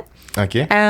Puis j'avais regardé genre des vidéos sur YouTube des CrossFit Games. J'étais comme, mais c'est vraiment hot, là. C'est comme les filles sont full en shape. Puis je pense que c'est ça qui m'avait attiré au début. J'étais comme, OK, mais ils sont full en shape. Puis comme, ils font vraiment des affaires cool. Ils mangent puis ont une vie, en plus. Ouais. C'est pas aussi restreint, je pense, que le milieu du bodybuilding. C'est un milieu vraiment positif, puis on va pouvoir en parler, là. Mais... tu sais, je me dis, moi aussi, je veux faire un muscle-up. Moi aussi, je veux, genre, marcher sur les mains. Fait que, tu sais, j'avais comme un nouveau set d'objectifs qui était absolument pas lié à mon apparence physique. Exact, ouais. Puis ça me stimulait tellement. Fait que je me suis lancée vraiment comme tête première dans le CrossFit. Puis encore une fois, tu sais, j'ai partagé ce parcours-là aussi sur les médias sociaux. Je pense que, tu sais, les gens, peut-être qui me suivent depuis le début, là, ils ont vraiment l'impression que j'ai fait comme, tu sais, les montagnes russes sont comme, elle, là, est dure à suivre, là. Mais, c'est ça, tu sais, fait que j'ai commencé à m'entraîner là. C'est là que j'ai rencontré mon chum, d'ailleurs. Il était coach au gym où est-ce que je m'entraînais. C'était pogné le coach, là. Ouais. Puis, c'est tellement drôle, OK, il faut que je raconte cette histoire-là, parce que à un moment donné, tu sais, genre, tu sais, comme je flirte un peu avec, puis là, il me dit, genre, c'est quoi qu'on fait? Je pense qu'on faisait comme des pull-ups ou quelque chose comme ça. Puis là, il dit, ben, il y a beaucoup de... C'est quoi qu'il me dit? Il dit, ben, fais attention, il y a beaucoup de reps, puis toi, t'es costaude. Là, je suis comme, pardon? Puis je suis comme, bon, ça y est, tu sais, il y a genre... Je suis pas son genre, tu sais. Il me trouve trop musclé, parce que c'était vraiment comme genre story of my life, là, ça, là. Ah, OK, je comprends, ouais. Fait que j'ai dit, encore, OK, c'est bon. Mais là, sais, je savais pas, mais lui, c'est vraiment un gars qui aime comme les filles comme plus musclées. Il aime les muscles, ouais. Ouais, il était comme, moi, je trouve ça vraiment beau, là, tu sais, comme des grosses jambes, puis genre, tu sais, une fille qui est en shape, non. Mais tu sais, je savais pas, mais c'est ça. Fait que, sur le coup, tu l'as pris comme, ah, merde, ok, encore, ouais, c'est un gars qui me trouvait trop musculaire. Exactement, il me trouve costaud, tu sais. Mais finalement, tu sais, bon, c'était pas le cas. Finalement, il a fini par m'inviter sur une date. Puis par la suite, ça a été vraiment vite là, avec mon chum. Là, parce qu'on parlait des enfants, là, mais comme on a emménagé ensemble, là, je pense comme 2 mois plus tard. Puis 1 an et demi après, on avait notre premier enfant. OK, ouais, ça a pas niaisé. Là. Puis c'était prévu, là, tu sais. C'était pas un accident. Non. Là. Fait que, non, c'est ça. Fait que là, je commence à faire du CrossFit. Puis, tu sais, je performe encore super bien. Tu sais, comme dans n'importe quelle autre sphère athlétique, j'évolue vraiment rapidement. Tu sais, comme 1 mois plus tard, je fais un muscle-up. Après ça, je marche sur les mains, genre l'été qui suit, tu sais, quelques mois plus tard. Tu sais, j'acquiers comme toutes ces nouvelles capacités-là. Puis là, ça fuel encore plus, tu sais, positivement mon... C'est sûr. Tu sais, ma satisfaction personnelle face à ce style d'entraînement-là. Puis je veux dire, c'est quelque chose qui est resté avec moi là, quand même pendant 5 ans. Je me suis entraînée en CrossFit, que du CrossFit là, de 2017 à 2021. Ah, ça t'a fait un bon bout, là. Ouais, 2021, juste avant que je commence à m'entraîner pour Wellness. Fait que, tu sais, comme au travers de mes grossesses aussi, là, jusqu'à la veille de mon accouchement, puis moi, je suis quelqu'un qui a dépassé sa date d'accouchement là, de beaucoup. Là, j'étais vraiment, il était sur le point de m'induire, là, mes 2 grossesses. Fait que, tu sais, maintenant, si je tombe enceinte à nouveau, je veux savoir qu'une grossesse, pour moi, c'est 42 semaines et pas 40. Mais jusqu'à la veille de mon accouchement, là, je me suis entraînée les 2 fois. Ah, c'est fou, ça, ouais. CrossFit en plus. CrossFit en plus, tu sais. Fait que, tu sais, je continue à faire comme de l'haltérophilie. Tu sais, je veux dire, je conseille pas nécessairement la chose à tout le monde, évidemment. Là, tu sais, je veux dire, on a tous notre bagage athlétique qui fait en sorte que... Exact, c'est ça. Puis nos considérations de grossesse aussi, tu sais, je veux dire, il y a des femmes qui vont avoir des symptômes particuliers, puis il y a définitivement des modifications à faire. Là, tu sais, je veux dire, c'est tout un sujet pour un autre podcast, là, mais... fait que c'est ça, tu sais, j'ai continué avec le CrossFit jusqu'à la veille de mes accouchements. J'ai repris par la suite. Je tombe enceinte de mon 2e, puis j'ai, encore une fois, tu sais, continué le CrossFit.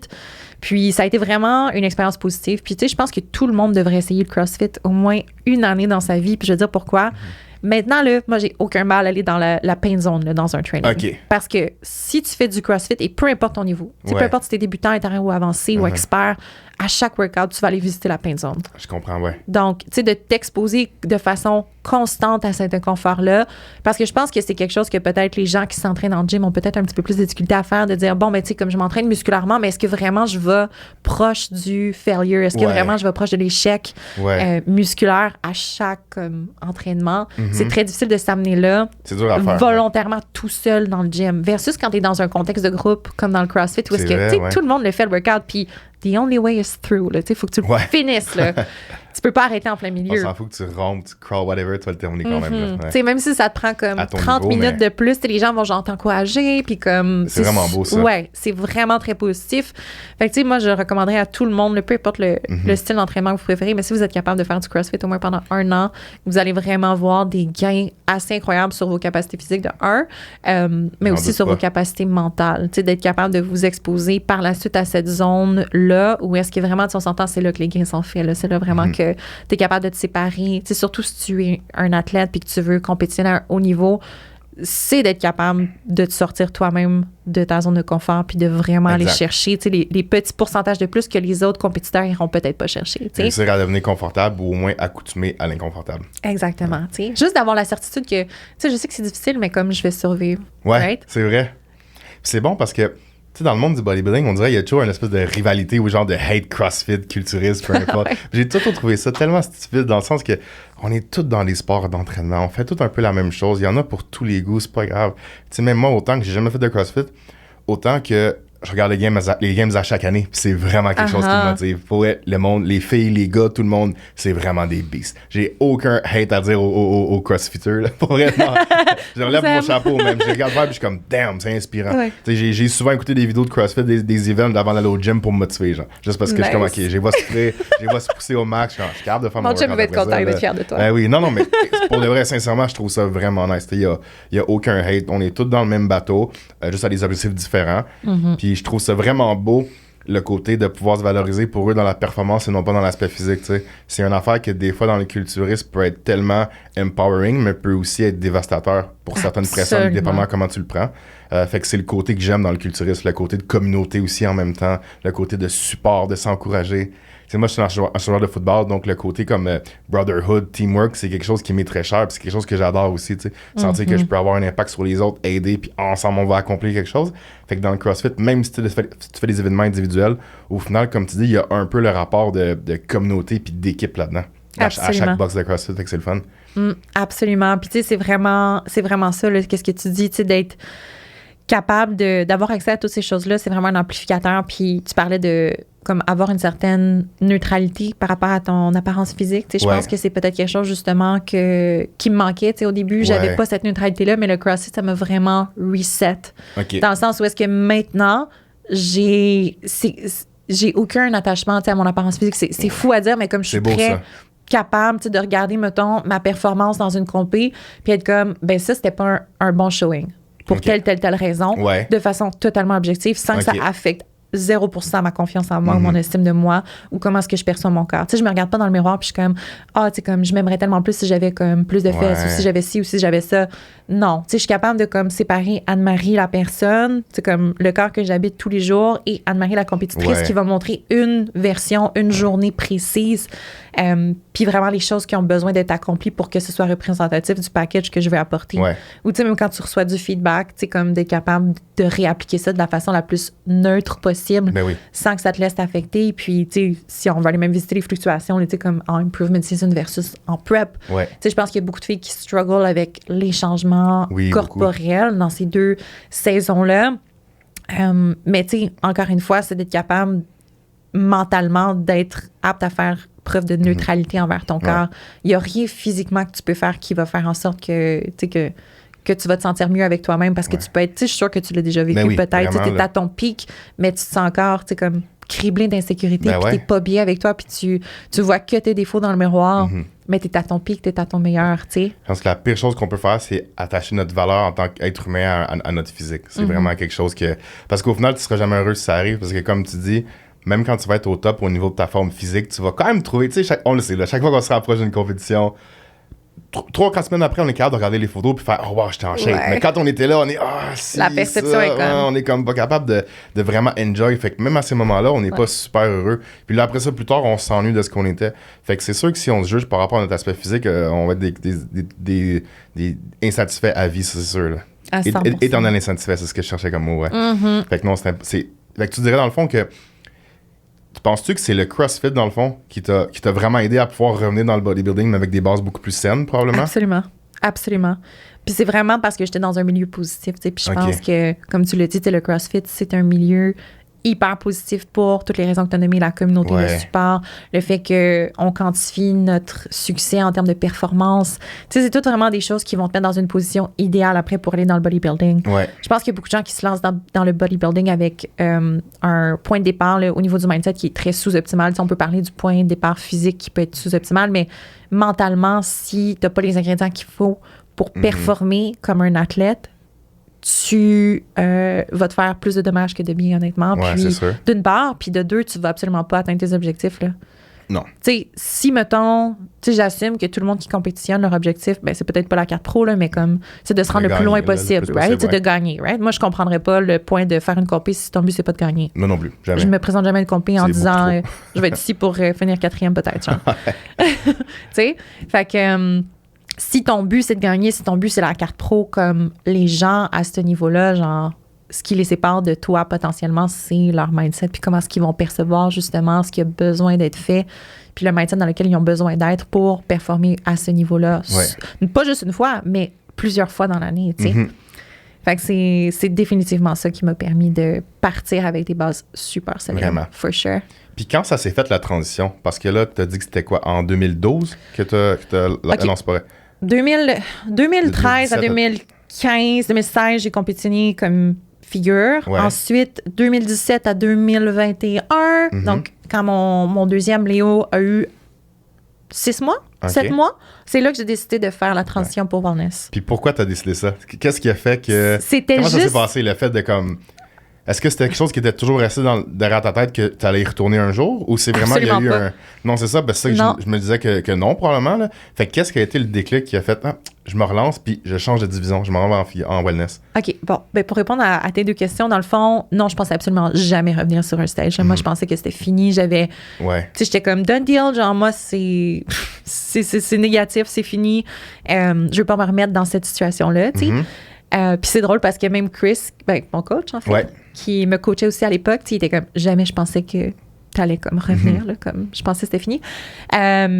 Puis, attends, tu m'as dit, oui, comment est-ce que j'ai trouvé wellness? Ben, dans le fond, c'est vraiment juste l'appel de la catégorie. C'est pas genre, tu sais, moi, mettons, là, je m'entraînais chez moi, puis tu sais, c'était après la COVID aussi, puis tout.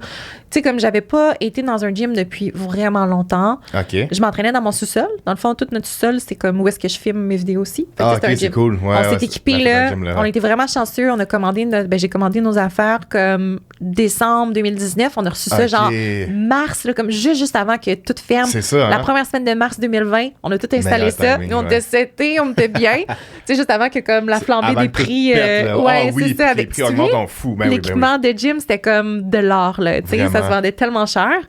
Puis, tu sais, ça fait que je m'entraînais qu'à la maison. Puis là, j'étais comme, bon, ben, tu sais, comme, là, je suis rendue au stade où est-ce que mon bébé, tu sais, l'allaitement, c'est presque fini. Genre, j'aimerais ça, tu sais, me retrouver. Puis j'ai eu beaucoup aussi, tu sais, on n'est pas obligé de rentrer là-dedans, là, si c'est pas pertinent, là, mais comme, avec les accouchements, puis les grossesses, puis les postpartum, tu sais, il y a tellement de changements hormonaux qui se produisent. J'imagine. Au niveau mental aussi, tu sais, moi, j'ai vécu avec beaucoup d'anxiété par la suite, après avoir donné naissance à mes enfants. Tu sais, c'était comme une hyper vigilance là, de tous les dangers. Je comprends. Donc, tu sais, je veux dire, ça a été vraiment des périodes comme difficiles mentalement. Puis ça m'a un petit peu aussi, tu sais, comme forcé à me replier un peu sur moi-même. Tu sais, je pense que dans ces périodes-là aussi, j'étais très contractée. Même, tu sais, dans mon entreprise, j'avais pas la flamme comme avant. J'étais juste vraiment, tu sais, comme pas dans un bon état d'esprit mental. Puis, comme je te dis, avec la COVID, en plus, on s'entend que c'était comme le coup de hache, là. Vraiment, là. Je pense que tout le monde était un petit peu dépressif en même temps. Parce que, en plus de vivre ça en même temps. En plus d'avoir un bébé, tu sais, dans cette période-là, je me souviens, tu sais, comme à mon deuxième, j'avais choisi une maison de naissance. Mon premier, j'ai donné naissance dans un hôpital. Puis ça a été vraiment un accouchement, tu sais, comme long, difficile.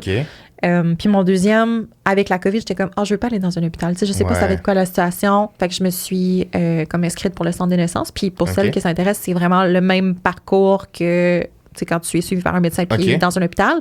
C'est couvert par la RAMQ. C'est juste que tu as une sage-femme. Puis ça se fait dans un centre de naissance qui est honnêtement là, comme hôtel 5 étoiles, là, comparativement à un hôpital. Là, c'est tellement magnifique, là. Puis magnifique dans le sens que c'est une super belle expérience. Puis t'es traitée là, comme une reine. Puis le suivi aussi avec la sage-femme, c'est juste chef's kiss. Ça, c'est amazing. Puis, qu'est-ce que je voulais dire par là? Puis, j'ai perdu le fil de mon idée. Oh non, je me suis trop éloignée. Comment tu te sentais? L'anxiété que tu as vécue après la naissance de ton dernier? J'ai vraiment perdu mon idée. C'était pour revenir vers le bodybuilding. Ouais, mais en tout cas, oui, c'est ça. Fait que, tu sais, je veux dire, centre de naissance, oui, c'est ça que je voulais dire.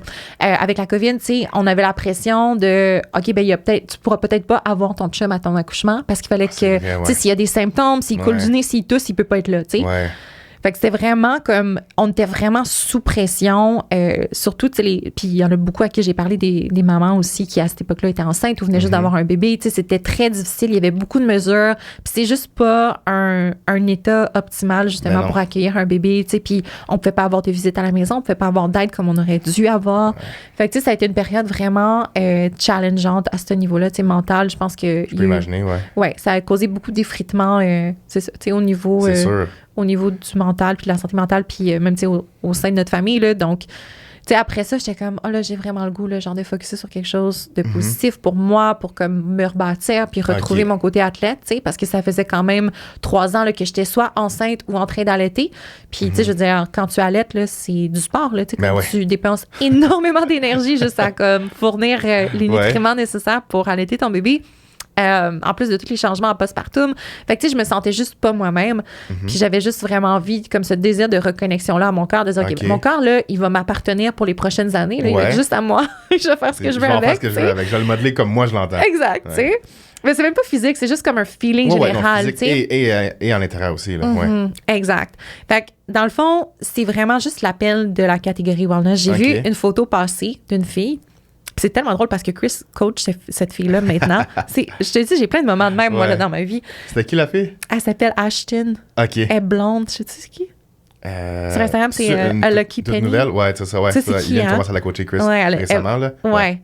En tout cas, c'est elle, puis j'étais comme, oh my God! Genre, wow! Je veux avoir l'air de ça. Ouais. Ben oui, mais c'est parce que c'est vraiment, tu sais, je me suis tellement reconnue parce que je suis comme, je suis pas bikini, je suis pas figure, je suis comme entre les deux. Ouais. Puis là, j'étais comme, ouais, tu sais, comme, c'est vraiment ça que je veux, tu sais. Puis là, j'ai juste comme, je pense, ça m'a pris probablement comme 5-6 tentatives avant d'écrire à Chris. Tu sais, quand t'écris un message, tu l'effaces. Tu délites. Ouais. Je suis comme, je fais ça, je le fais dessus, genre. Ouais. Fait que là, finalement, j'ai fini par lui écrire. Puis elle comme, tu sais, comme j'ai pensé à cette catégorie-là, j'aimerais peut-être, genre, compétitionner. Qu'est-ce que t'en penses? Puis tu sais, Chris, genre, il va dire les choses telles qu'elles sont. Straight up. Vraiment, ouais. Fait que tu sais, je sais que s'il me dit qu'on peut le faire, c'est parce qu'on peut. Ouais. Right? Fait que là, il me dit, ouais, for sure. Puis là, je suis comme, OK. Fait qu'on commence. Puis là, j'ai commencé à m'entraîner pour ça. Ouais. Puis au début, on visait une compé comme au mois de novembre parce que mon corps a, genre, encore une fois, répondu super rapidement. Je pense qu'avec comme les grossesses, l'allaitement, ça a vraiment reset mon système. Je sais pas qu'est-ce que c'est. Mais comme... Là, ça cliquait. Là. Pas comme à la fin de tes préparations. Oh my God, non. Quand tu compétitionnais avant. Jour et nuit, tu sais, jour et nuit. Mais j'étais vraiment pas non plus dans le même mindset. Non, c'est sûr. Comme... J'imagine, ouais. Avant, je percevais la diète puis la structure comme une corvée, comme quelque chose qui était comme... qui inhibait ma qualité de vie versus là, avec ce nouveau processus-là, je le voyais tellement comme un privilège. J'étais comme, mais tu sais, c'est quelque chose que je fais pour moi. Ben oui. Tu sais, comme suivre une structure alimentaire, genre, wow, ça me simplifie la vie de un. J'ai pas à penser à qu'est-ce que je vais manger. J'ai préparé mes repas pour la semaine. Tu sais, je suis nourrie. Tu sais, je veux dire, les mamans, vous le savez, là, comme on court à gauche puis à droite.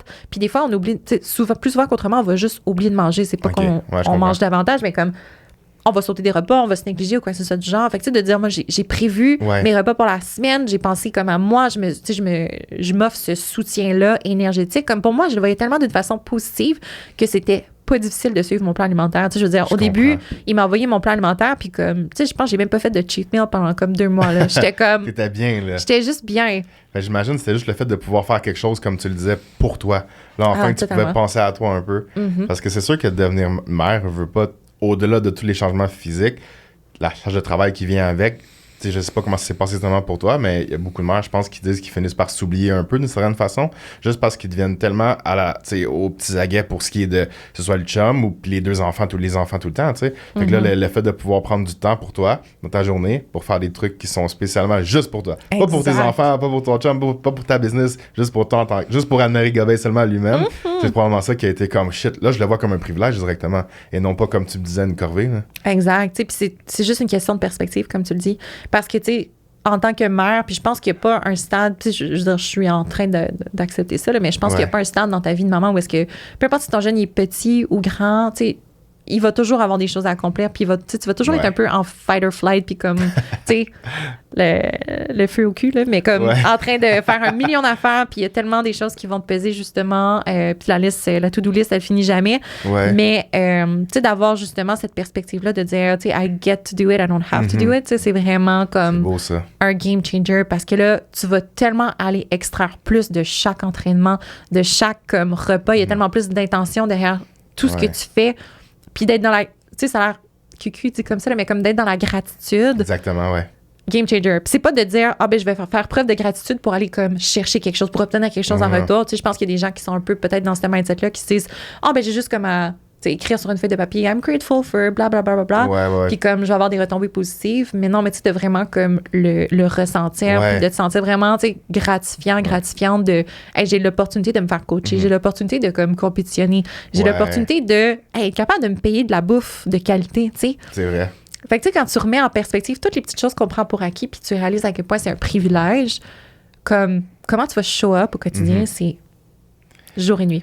On apprécie souvent plus les affaires une fois qu'on les a perdues. Fait que, tu sais, j'imagine que là, il y a eu le COVID qui a comme privé un peu du gym. Même si t'avais le gym à la maison, l'énergie, etc., n'est pas toujours la même. Mais moi, j'aimais ça m'entraîner chez moi. Ah, t'aimais ça? OK. Mais je me suis entraînée chez nous presque toute ma prep. Ah, c'est vrai, je pense que ça m'a dit ça. Du départ, là, comme j'ai commencé avec Chris comme mois de août jusqu'à genre mois de mars, puis j'ai compétitionné au mois de mai, là, tu sais. Fait que moi, j'ai bâti ma masse chez nous, là, genre avec ma barbell puis mes dumbbells, puis ça se fait à 100%. Oui. C'est sûr qu'il arrive un point où est-ce que tu as besoin d'un petit peu plus d'équipement puis de variantes, là. Éventuellement, c'est sûr, ouais. Mais non, c'est beau, mais le fait d'avoir perdu, justement, d'une certaine façon, le privilège de pouvoir penser à toi pour faire quelque chose pour toi avec l'avenir au monde de tes 2 enfants, là, maintenant, c'est sûr que tu le vois différemment. Là. Puis t'es probablement plus intense dans tes intentions, comme tu disais, dans chacun de tes workouts, dans chacun de tes repas que tu manges, dans chacun de tes cardio, dans tout ce que tu as besoin de faire pour être la meilleure athlète que tu peux être. À 100%. T'es juste plus efficace, je pense. Tu sais, quand tu deviens parent, t'as pas le choix de revoir tes systèmes. Il faut que tu fasses un petit peu genre un life edit puis tu te dis OK, bon, il y a des choses visiblement là, qui marchent pas, pour lesquelles j'ai pas de temps. Puis c'est juste une redirection de ton énergie justement dans les choses qui sont vraiment des priorités. Ouais. Puis si ça c'est une priorité pour toi, justement, tu vas infuser tellement plus d'énergie qui va convertir en résultat que si, comme tu le dis, tu as toute la journée pour aller faire ton training ou tu as toute la liberté du monde pour penser à faire tes repas ou quoi que ce soit du genre versus si tu as juste comme 1 heure dans ta journée là, à quel point est-ce que tu vas valoriser ce moment-là plus. C'est importante, là, ouais. Fait que, tu sais, moi, je le vois pas comme une faiblesse, puis je pense que c'est un mythe à briser absolument quand on devient parent ou quand on devient mère particulièrement, que ça devient un désavantage. OK. Personnellement, tu sais, comme... Puis, je veux le dire avec le plus d'humilité possible, on en parlait tantôt, là, mais comme... Si je vois, genre, une fille dans mon line-up, là, que je sais que c'est une mère, là, je sais que c'est une badass, puis je sais que, genre, elle est dangereuse, cette personne-là. Ouais. Parce que je sais qu'elle a travaillé. Je sais à quel point elle a fourni un effort, puis à quel point son mindset est fort.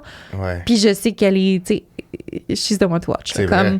honnêtement, puis, tu sais, dans ma catégorie wellness, on est beaucoup de mamans. Moi, c'est quelque chose qui me surprend toujours. Ouais, Là, c'est pas toutes vrai, les filles qui vont le mettre de l'avant, mais il y a beaucoup de mères, puis je pense que c'est vraiment un énorme point fort, justement, quand tu es capable d'utiliser cette position-là à ton avantage, puis tu es capable d'extraire le positif du fait d'être parent. Parce que, tu sais, en tant que parent, là, tous les jours, il va y avoir des challenges que tu vas vouloir comme... desquels tu vas vouloir t'esquiver, mais tu peux pas. sûr, tu peux pas t'échapper. Non. Fait que, tu sais, que ce soit ton enfant qui fait une crise ou que ce soit comme une situation complètement hors de ton contrôle, genre ton enfant est malade, il n'y a pas de garderie, faut que tu te réorganises, tu te vires sur un dissous, avec le travail, etc. Comme, il y a des situations comme ça qui vont se présenter à toi, puis il faut juste que, comme, tu figure it out, tu sais. T'as pas le choix de faire avec, puis il faut que tu te montres résilient. Puis en plus de ça, il faut que tu montres l'exemple à ton enfant, tu sais. Tu peux pas montrer que t'es complètement, genre... t'es désamorcé par ça, il faut que tu sois la personne comme forte ressource pour ton enfant. Ben oui. Fait que, tu sais, je veux dire, je pense que c'est des choses par la suite que tu peux réappliquer dans n'importe quel cheminement, que ce soit en business, que ce soit avec le bodybuilding, peu importe tes objectifs, d'être capable justement d'utiliser ces aspects-là à ton avantage. Je suis vraiment d'accord. Puis j'aime vraiment t'entendre avoir ce discours-là parce que je pense qu'il y a beaucoup de parents, beaucoup de femmes surtout, mais aussi des hommes, qu'on dirait une fois qu'ils ont des enfants, quand tu écoutes leur discours, ça a presque l'air d'être un petit peu la fin pour eux. Tu sais, les deux, on coach des clients lifestyle, donc des clients, tu sais, monsieur, madame, tout le monde. Puis c'est souvent un truc qui arrive qu'on entend directement dès le premier appel consultation ou peu importe. Ah, mais tu sais, moi, par exemple, j'ai 2 enfants.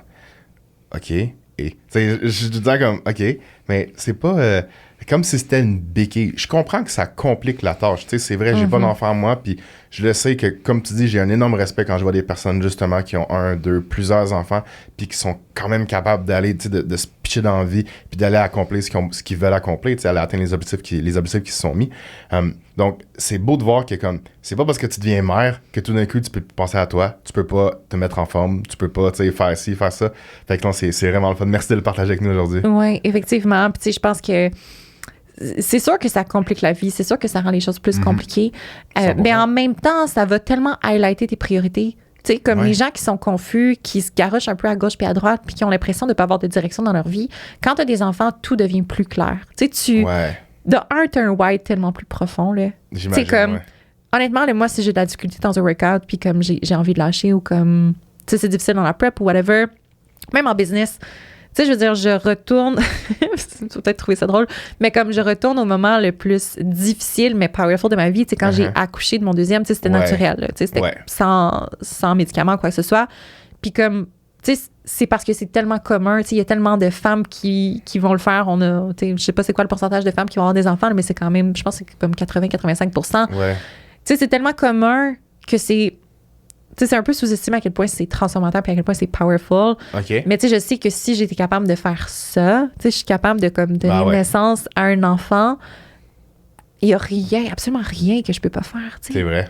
Fait que tu sais, moi, je sais que mon why puis comme le fire que j'ai en moi, il brûle tellement intensément que je le vois tellement pas comme une faiblesse, mais plus, comme je te dis, comme un avantage. Puis je me dis, les gens qui n'ont pas d'enfants, honnêtement, tu sais, je les envie pas. Tu sais, oui, ils ont peut-être plus de flexibilité, ils ont plus de temps, ils ont plus de liberté, mais je veux dire, en comparaison à ce que j'ai en dedans, comme, je suis pas jalouse, tu sais. C'est ça, ils ont pas je vois pas ça comme quand même. Exactement, tu sais. L'avantage du vécu, au final. Puis tu sais, je pense que pour revenir sur ton point, au niveau des gens qui peut-être, tu sais, parce que c'est un struggle, tu sais, mais quand t'es dans un environnement où est-ce que tout le monde struggle, puis tout le monde a de la difficulté, mettons, avec son rôle de parent, genre, puis la conciliation de ses objectifs, mettons, on parle d'entraînement, de nutrition, whatever, parce que c'est tout ce qu'ils voient. Tu sais, c'est sûr que ça peut être difficile de s'identifier à autre chose. Puis tu sais, je pense que c'est pour ça que mon rôle est important. C'est pour ça que je pense que qu'est-ce que je fais, puis pourquoi je le partage, ça me tient autant à cœur, c'est parce que, tu sais, je me dis, si je peux être juste un rôle différent de ce que les femmes sont habituées de voir, tu sais, si pour elles, je peux, puis je leur reçois beaucoup ce message-là, c'est des filles qui ont pas d'enfants encore, puis ils me disent, hey, merci de comme montrer ton parcours après avoir eu des enfants, parce que j'avais peur d'avoir des enfants, j'étais pas sûre si j'en voulais, mais là, grâce à ce que je vois, j'ai vraiment plus confiance, puis je me sens, tu sais, plus encline à vouloir comme avoir des enfants. C'est sûr que ça aurait plus le fun d'avoir des enfants aussi, là.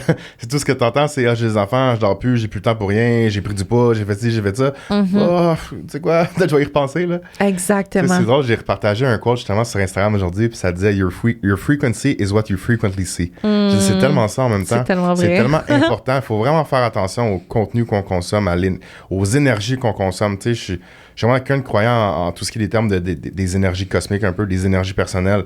Chaque fois qu'on a une conversation ou qu'on est entouré de certaines personnes, on absorbe beaucoup de leur énergie. Fait que, tu sais, entourez-vous des bonnes personnes, choisissez les bons modèles.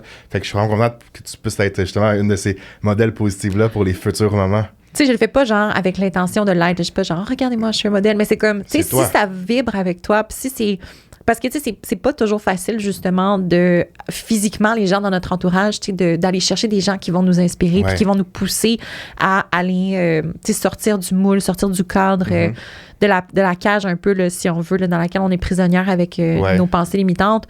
Mais, tu sais, justement, les médias sociaux sont là pour ça. Tu sais, les gens que tu vas suivre, le contenu que tu vas consommer, tu sais, d'essayer de trouver des gens à qui tu peux t'identifier. Exactement. Tu sais, mettons, je suis une maman, peut-être qu'une autre maman, justement, juste à cause de ça, va s'identifier davantage à moi. Puis de voir ce que ces gens le font, tu sais, comme non seulement, tu sais, oui, les accomplissements, mais aussi, tu sais, sur le back-end, tu sais, c'est quoi leur routine, c'est quoi leurs actions, c'est quoi leur mindset. Fait que, tu sais, d'être capable, justement, d'infuser un peu plus de ça par la suite dans ta vie, tu sais, je pense que ça peut vraiment être un game changer. C'est clair. C'est là que tu trouves des trucs, justement, pour ta situation en toi en particulier. Fait que, comme tu le dis, ça n'a même pas besoin de venir d'une place de « Oh, je veux inspirer les autres ». Non. Ou au-delà de plus, moi, j'ai atteint ci, puis j'ai fait ça, blablabla, X, Y, Z, puis je vais le partager pour voir s'il y a certaines personnes que ça pourrait aider. Hop, je vais le mettre dans l'univers comme ça, il se passera ce qui se passera. Exact. Puis au final, en le faisant, mais t'as vu qu'il y a beaucoup de personnes que ça aide. Fait que là, ça te donne un why, justement. Là, ça te donne une passion qui peut grandir de là, de voir que ce que tu fais, puis la façon dont t'as de vivre ta vie peut en inspirer d'autres et en aider d'autres.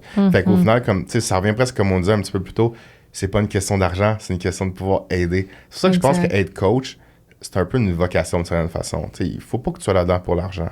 Oui, je comprends, il faut vivre. Là, on a des billes à payer comme tout le monde.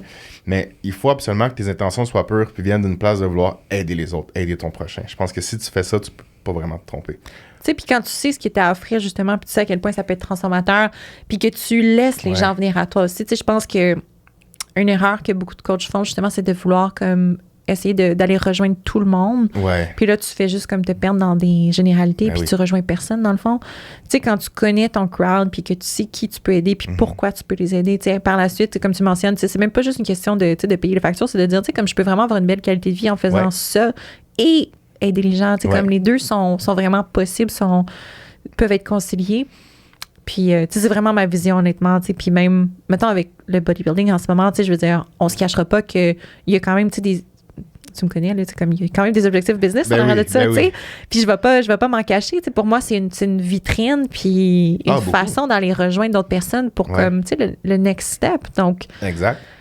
Tu sais, je pense que ça peut être une belle opportunité. Puis quand je suis revenue dans le monde du bodybuilding, honnêtement, c'est quelque chose qui m'inquiétait un petit peu parce que là, j'étais comme, bon, là, je vais exposer ma communauté, tu sais, que j'ai préservé de certaines choses. Je veux pas parce que dans ma communauté, moi, dans les dernières années, tout ce que j'ai mis de l'avant, c'est justement ce que j'ai découvert au travers le CrossFit, tu sais. la performance, la capacité de, tu sais, se célébrer par le poids, mettons, que tu mets sur ta barre et non pas, genre, ton physique. Je comprends. Puis là, je suis comme, comment est-ce que ça va être reçu, tu sais, par ma communauté? C'est pour ça que j'ai vraiment eu du mal à, comme, me lancer au départ. Ouais, je comprends. Puis à dire, OK, je le fais, puis je le partage. C'est parce que j'étais comme, là, je retourne là-dedans, mais il faut vraiment que je le fasse de la bonne façon. Donc, d'une façon qui est en alignement avec mes valeurs, qui est en, tu sais, puis de par ce que je vais partager, mais aussi de par ce que je vais accepter de faire avec mon corps aussi. Tu sais, comme c'est pas vrai que j'allais me relancer là-dedans puis genre faire une diète hypocalorique à genre 800 calories par jour. Jamais je vais faire ça. S'il arrive un stade où est-ce qu'il faut que je fasse ça, c'est tout simplement parce que j'ai pas le calibre. Ça va être la fin. Ça va être ça. Exactement, tu sais. Fait que je pense que c'est important de se respecter puis de s'honorer là-dedans au-delà de la... Tu sais, de l'accomplissement instantané de juste dire, ben, je vais aller chercher ma pro card, fait que, tu sais, je vais faire tout ce qu'il faut. Ou comme, je veux gagner un pro show puis me qualifier pour l'Olympia, fait que je vais faire tout ce qu'il faut. C'est comme, non, tu sais, c'est quoi la vision à plus long terme, tu sais, après cette saison-là de ta vie, parce qu'on s'entend que c'est très limité, là, le temps que tu vas être présent sur scène, là. Est-ce que tu penses que tu aurais été, si tu avais tourné pro avant, quand tu étais figure, est-ce que tu penses que tu aurais été capable d'avoir le même parcours, la même vision que my God, je suis tellement contente de ne pas avoir eu l'opportunité de tourner pro. Ouais. Oh my God, non, je peux même pas imaginer le parcours que j'aurais pris. De un, j'étais pas assez mature là, pour hold ça. J'en ai revenir à ça, Oh my God. Non, je suis tellement contente que ça soit, ça soit pas passé comme ça. Je pense que c'est le niveau de maturité que tu as acquis dans ta vie qui fait que maintenant, tu fais plus des actions. Peut-être ça revient aussi à ce que tu disais justement, le fait de pouvoir, que maintenant tu as un privilège de pouvoir faire certaines actions. Tu te forces pas à faire quelque chose juste parce que c'est ce que je devrais faire, un peu comme les yeux fermés puis whatever. Non, chaque action est beaucoup plus calculée, beaucoup plus mature. Puis tes intentions sont peut-être plus pures, un peu moins superficielles, j'imagine, de certaine façon. Là. Fait que maintenant, tu peux te dire que oui, tu veux performer, mais performer comme toi, tu penses que tu le peux, en inspirant les autres à ta façon, à toi, tu sais, en pouvant inspirer les autres à faire de même. Puis c'est la patience aussi, là. Ouais. Tu sais, l'autre fois, j'étais au gym, puis une fille qui vient me voir, puis elle est comme, oh my God, t'as vraiment de belle shape, comme, tu sais, qu'est-ce que tu fais? Ça fait combien d'années que tu t'entraînes? Puis là, je la regarde, puis je dis, ça fait 11 ans que je m'entraîne. Puis là, je vois son look, genre complètement confus, là, elle fait le calcul mental, elle est comme, Je suis comme, tu sais, comme 29 moins 18, ça fait 11 ans. Puis, tu sais, c'est vraiment ça. Je pense que plus que tu as de seniorité, là, veux pas, comme dans ton parcours en entraînement, plus que tu es capable, justement, de prendre, du recul, prendre de la hauteur, puis de rationaliser les choses. Tu sais, mettons, ça s'est passé vraiment vite l'année passée, là, tu sais, la carte pro, puis genre, rentrer dans le pro circuit, là, je m'attendais vraiment pas à ça. Mais parce en même temps... c'est ça, pour faire la mini-parenthèse. Toi, t'as décidé que tu te remets au bodybuilding, t'as fait une compétition, t'as gagné l'overall. Tu t'es dit, je vais aller faire championnat national, on va voir la semaine d'après. Le pro qualifier la semaine d'après. On va voir ce qui va se passer. Bang, t'as viré pro. Oh shit, OK, she's back. Oui, non, c'était fou. Ça pouvait pas être un retour plus en force que ça, je pense. Puis le lendemain, pro show. C'est vrai. Troisième place. Oh my God. Un chèque en même temps. J'étais tellement brûlée après la fin de semaine, par exemple. Là. C'est clair, par exemple. Fait qu'on a 3 compés en 10 jours, mais... C'est vrai, 3 en 10 jours, Mais, tu sais, en même temps, c'est parce que ça a été in the works pendant combien d'années, genre? C'est ça.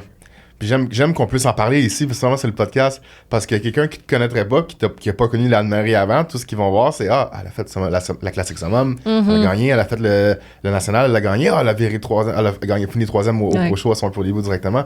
Mon Dieu, ça s'est fait tellement vite. Mais non, comme tu dis, il y a une énorme progression physique, mais encore plus une énorme progression au niveau psychologique, puis c'est ça que je trouve beau. C'est ça que je vois au niveau du développement de la personne que tu es maintenant, que c'est là qu'il y a eu le plus de travail puis le plus de progression, au-delà de à quel point tu as amélioré ton physique, tu sais. Ouais, effectivement. Puis tu sais, comme 2022, là, pour moi, ça a été vraiment une année comme pivot. Puis c'est tellement weird. Moi, je suis vraiment quelqu'un... Hein? Tu le ressentais? Ça fait des années que c'était comme en préparation. Là. Okay. Tu sais, moi, je suis vraiment quelqu'un d'intuitive. Là, comme des fois, ça me fait peur. Là. Je suis comme, oh my God. Mais, tu sais, j'étais comme, quand j'aurai 28 ans, là, je sais que ça va être vraiment une année comme spéciale. Tu sais. Puis j'étais comme, je sais pas pourquoi. Moi aussi. Puis là, quand justement on est arrivé à janvier 2022, j'étais comme, OK, là, je me fais un plan de match pour l'année, puis je me choisis pas seulement un mot, mais comme une intention pour l'année. OK. Puis mon intention, c'était de faire des choses qui me faisaient peur.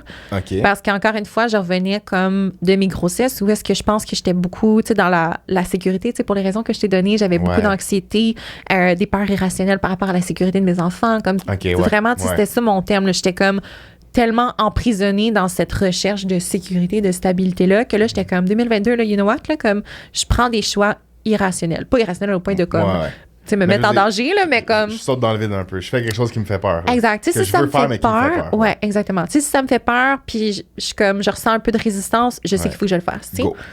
Puis je me posais pas de questions. Puis j'étais comme, OK, let's do it. Fait que ça a été de faire justement les compés, puis de me lancer à 200%, mais j'avais comme tellement aucune attente par rapport justement à comment est-ce que ça allait évoluer. Puis je pense que quand ça s'est produit justement cette période-là là, de 10 jours où est-ce que, tu sais, comme ça a été comme un win après l'autre, là, puis tu sais, je pense que ça s'est juste vraiment tout mis ensemble, puis ça a vraiment cliqué à quel point est-ce que le mindset a un impact sur le physique, puis vice-versa, là. Ouais. Parce que par la suite, j'ai décidé de rentrer dans le circuit pro. Après avoir fait le pro show, mon pro début, j'étais comme, ben, why not? Tu sais, comme on va aller faire une compé à Dallas. Why not? Tu sais. Fait que là, je me prépare pour cette compé-là. Puis tu vois, là, j'ai eu un slip de mon mindset où est-ce que j'étais tellement. Je pense que ça m'a comme pas tellement monté à la tête, mais je me suis mis une pression inutile sur les épaules de dire, oh là, quand je vais aller à Dallas, je dois absolument battre comme ma 3e place. Comme sinon, c'est merdique, right? Comme si, c'est ton petit démon là, qui dit de la c'est ça, c'est comme... parce que je pense que c'est tellement une balance, justement, pour être une bonne athlète, il faut que tu aies cette fin-là de vouloir te surpasser, mais en même temps, c'est impossible de le faire si tu focuses sur des paramètres externes comme le placing. Ouais. Fait que, tu sais, comme je focusais vraiment beaucoup là-dessus, puis je pense que je l'ai justement comme pris trop au pied de la lettre, là, mon intention de vouloir performer, puis j'ai eu vraiment un mauvais showing, là. Ce show-là, c'était... T'avais fini combien? T'avais pas fini 4e? Oh my God. Non, Dallas. Dans le fond, Dallas, j'ai fini genre 10e. OK. Sur comme 13 filles. OK. C'était vraiment pas bon, là. Tu sais, comme... Mais je veux dire, je sais pourquoi, là. Mon conditioning était pas bon. J'étais vraiment comme une ballonne d'eau. Ouais. Mais tu sais, ça a probablement tout rapport, justement, avec... le stress inutile que je me suis mis sur les épaules. Pour la compétition, le stress, un petit peu tout ça ensemble. Ouais, mais je suis vraiment grateful pour cette compé-là, par exemple, parce que c'était la première fois que je voyageais toute seule, genre, de ma vie, là. Pas d'enfant, là, en plus. Non, mais c'est la première fois que je prenais l'avion toute seule en tant que personne. OK. Fait que, juste ça, c'était comme un gros leap pour moi. Puis j'étais comme, tu sais, il faut que je me mette dans cette position inconfortable-là de voyager toute seule, de un, parce que ça me fait peur. Fait que je suis comme, pourquoi pas concilier les deux, tu sais. Puis, j'étais comme, tu sais, si je veux vraiment faire ça, il faut que je fasse le test parce que c'est pas vrai que je vais toujours être accompagnée, par exemple, de mon coach ou de mon chum. Mon chum, il faut qu'il reste à la maison avec les enfants. Tu sais, comme, autant me rendre confortable avec l'inconfort de voyager toute seule pour aller en compé. Puis si j'aime vraiment pas ça, mais je saurais que peut-être que c'est pas pour moi, tu sais. C'est vrai. Fait que, tu sais, ça a été vraiment un bon test. Puis il y a eu tellement comme de mésaventures là, dans ce week-end-là. Là, ça avait juste pas de bon sens. Genre, j'ai oublié mes souliers.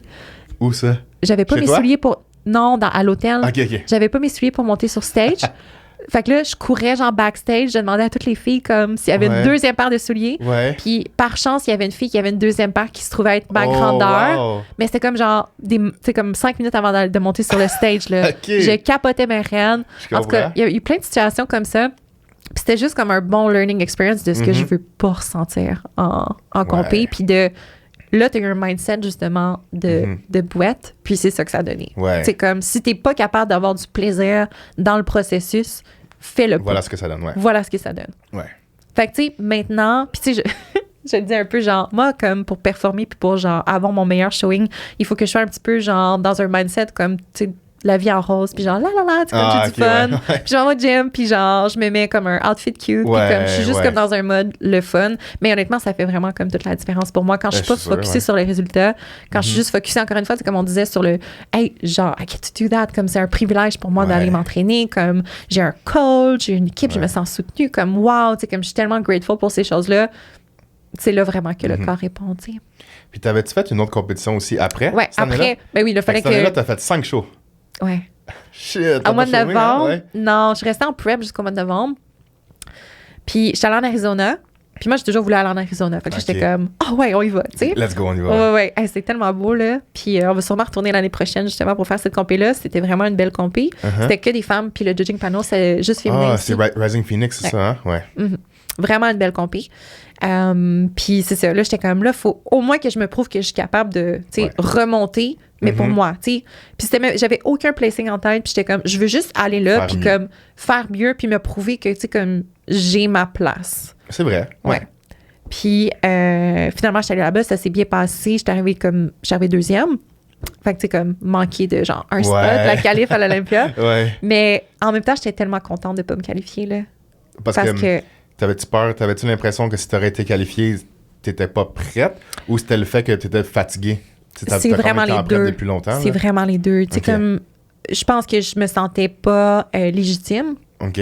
J'étais comme, tu sais, je sens pas que genre j'ai ce qu'il faut pour aller à l'Olympia. Aller être compétitive. Ouais, mais pas être compétitive, juste être fière de ce que j'apporte, tu sais.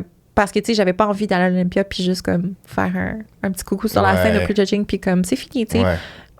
C'est juste, ça vibe juste pas avec comme la façon dont je fais les choses. C'est comme si j'y vais, c'est vraiment pour, encore une fois, tu sais, pas nécessairement dire je vais gagner l'Olympia, mais comme performer. Tu vas aller compétitionner. Tu veux pas aller jouer les décorations sur le stage. Là. Exactement, tu sais. Fait que j'étais contente, j'étais comme soulagée. Puis oui, j'étais fatiguée. Là. Mon corps était vraiment fatigué. Fait que j'étais soulagée de comme juste pouvoir rentrer chez moi puis genre aller fêter la fête de mon garçon. Puis prendre un petit souffle. Là.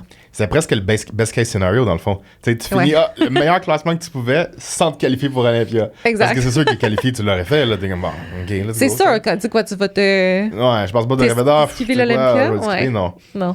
Mais fait, dans le fond, tout est arrivé pour... ça, c'est le destin, au final. Tout arrive pour une raison. Là. À 100%. C'est la mauvaise expérience que tu as eue avant. C'était juste pour être capable de te remettre sur le droit chemin, d'être capable de te recentrer, de te refocuser pour là avoir une belle performance puis pouvoir continuer à bâtir de là pour cette saison-ci. Exact. Parce que, est-ce que tu as des plans de compétitionner cette année? Oui. Nice. Mais là, je suis en prep pour Toronto. Okay. On va commencer à Toronto. On va faire un petit... tu sais, c'est comme un retour sentimental. Là. Non, même pas. Tu sais, pour moi, c'est vraiment un bel endroit. Là, ben comme, oui. J'ai fait beaucoup... là. Oui. Puis, c'est ça, tu sais, mon chum peut être là aussi. Fait que ça, c'est toujours le fun. Tu sais, c'est une autre affaire que je pense qu'il y a peut-être des gens qui prennent pour acquis, tu sais, l'entourage, justement, avec toi, tu sais, de devoir aller en compétition toute seule versus avoir comme le support de ton partenaire sur place. C'est comme vraiment un monde de différence, là. Fait que Toronto, puis je veux définitivement retourner en Arizona aussi, là, comme je t'ai dit, là, c'était vraiment une belle compé. Les autres, je sais pas encore. Tu sais, encore une fois, tu sais, je pense qu'il faut pas avoir un plan de match trop établi dans la Pro League parce que... J'allais dire ça. Ouais. Je suis totalement d'accord avec toi. Faut que tu aies la versatilité, il faut que tu sois comme ouvert d'esprit justement à peut-être faire plus de compé ou aller à des endroits où est-ce que tu penses pas aller. Tu sais, sans vouloir dire que c'est pas une game politique, mais il y a certains juges qui vont avoir certaines tendances de jugement qui sont plus favorables pour toi. Exactement. Fait que, tu sais, est-ce que moi, je suis comme une, genre, freak sur scène, puis comme, t'es genre, oh my god, check, c'est quoi, tu genre, c'est un monstre, tu sais. Non. Fait que, tu sais, il y a des juges qui vont favoriser peut-être un look qui ressemble un petit peu plus au mien. Fait que, c'est plus intéressant d'aller devant ces juges-là. Ben oui. Fait que, tu sais, c'est d'être stratégique aussi, puis, tu sais, tu connais bien Chris, là, tu sais, je veux dire, je pense que c'est un autre concept vraiment important. Tu sais, moi, là, je paye pour avoir accès à l'entourage. Tu sais, Chris puis Ashley, ils vont s'occuper de tout, le genre... Mettons mon maillot, là, tu sais, comme c'est Ashley qui va dire, bon, mais on va faire genre tes cheveux de même, maillot comme ça, blablabla. Tu sais, ils vont faire les recherches, même chose pour le posing, puis Chris aussi, tu sais, on va faire telle show parce que, tu sais, telle personne va être là. Il y a toujours une raison. Une raison derrière. Exact. Puis c'est tellement avantageux parce que toi, ça t'enlève comme toute la pression de t'exposer à, mettons, aller sur les réseaux sociaux puis faire les recherches puis te comparer puis ci puis ça. Tu sais, je pense que ça te préserve vraiment beaucoup de cet état de comparaison-là. Puis tu peux juste comme relax into the process puis juste comme laisser les choses se déposer puis te concentrer sur d'autres choses qui sont importantes pour toi. Tu sais, je veux dire, en ce moment, je suis pas genre 100% focus sur ma prep, c'est tout ce à quoi je pense. Tu sais, j'ai ma business, j'ai des projets, j'ai ma famille. Tu sais, c'est super important d'avoir ces autres morceaux-là dans ta vie qui vont, tu sais, te soutenir au travers de tes preps, mais aussi, après, là, je veux dire, tu peux pas comme laisser ta vie en suspens pour te concentrer juste là-dessus. C'est, selon moi, super important d'avoir non seulement, tu sais, un net de sécurité pour après, mais aussi, tu sais, comme de bâtir des choses durant parce que ça va te permettre de te détacher émotionnellement du processus. C'est quand la vie tourne pas autour de ça, c'est tellement plus facile. Là. Ben oui, c'est sûr de pas se valoriser seulement dans une compétition quand t'as d'autres choses, tu sais, quand t'as un couple, une relation de couple qui fonctionne bien, des enfants, une business, tu sais, t'as d'autres choses dans ta vie, t'as pas seulement le bodybuilding, tu sais. Fait que non, c'est vraiment une bonne affaire. Tu sais, c'est vrai ce que tu dis, je pense que la Pro League, c'est comme un autre animal. Une fois que tu rentres là-dedans, c'est plus juste une question d'arriver en shape puis de faire le show. Non, il y a vraiment une espèce de côté, pas science, mais expérience qui rentre en ligne de compte. De connaître c'est quoi les différents juges, comme tu le disais, connaître leurs préférences un peu. Tu sais, on le sait un peu que le temps, pas la dualité, mais l'espèce de différence au niveau des jugements sur le East Coast, le West Coast. Si tu vas un peu dans le Midwest, c'est pas pareil. Si tu, on finit par savoir un peu c'est quoi quand t'as de l'expérience. Fait que le fait d'avoir un coach qui s'y connaît vraiment bien là-dedans, tu sais, qui a les contacts, qui est capable de poser les bonnes questions aux bonnes personnes, puis de t'envoyer dans les shows où t'as le plus de chances de performer, c'est sûr que c'est un atout. Ça n'a pas de prix, là, ça, c'est sûr. À 100%. Tu payes pour ça au final, là, mais non, c'est une bonne chose vraiment. Non, t'as vraiment un beau parcours. Puis là, si on pense à la suite, tu sais, comme pour, pas pour closer, là, mais pour dire, toi, où est-ce que tu te vois après le bodybuilding? Est-ce que c'est déjà quelque chose auquel tu as pensé ou t'es plus... Non, écoute, je peux pas penser à ça tout de suite parce que c'est tellement embryonnaire, j'ai l'impression encore, là, tu sais, comme... Je suis tellement dans... Tu sais, ça fait même pas un an, là. Non, tu viens de revenir, là. Ouais, c'est vrai. Ça fait même pas un an. Fait que, tu sais, il y a eu beaucoup de choses... mais en même temps, je pense qu'il y a tellement à bâtir encore, puis il y a tellement comme de potentiel d'exploiter ce domaine-là pour la suite des choses. Puis, tu sais, je sais qu'il y a, il y a des idées qui commencent à émerger encore, une fois, comme je te dis, le plus côté business. Mais je sais pas encore comment est-ce que ça va se matérialiser. Mais définitivement, tu sais, il va y avoir un après, puis c'est plus une question de comment est-ce que je suis capable, justement, d'entretenir ma présence, que ce soit sur les médias sociaux ou en personne, pour être capable que la suite soit favorable, puis que ce soit quelque chose que je sois capable de bien rebondir de ça, tu sais. C'est vrai. Mais je pense que, l'essentiel, c'est vraiment juste de rester en alignement avec mes valeurs, puis c'est... Tu sais, comme je te disais tantôt, la patience, c'est sûr que mon objectif, c'est d'aller à l'Olympia.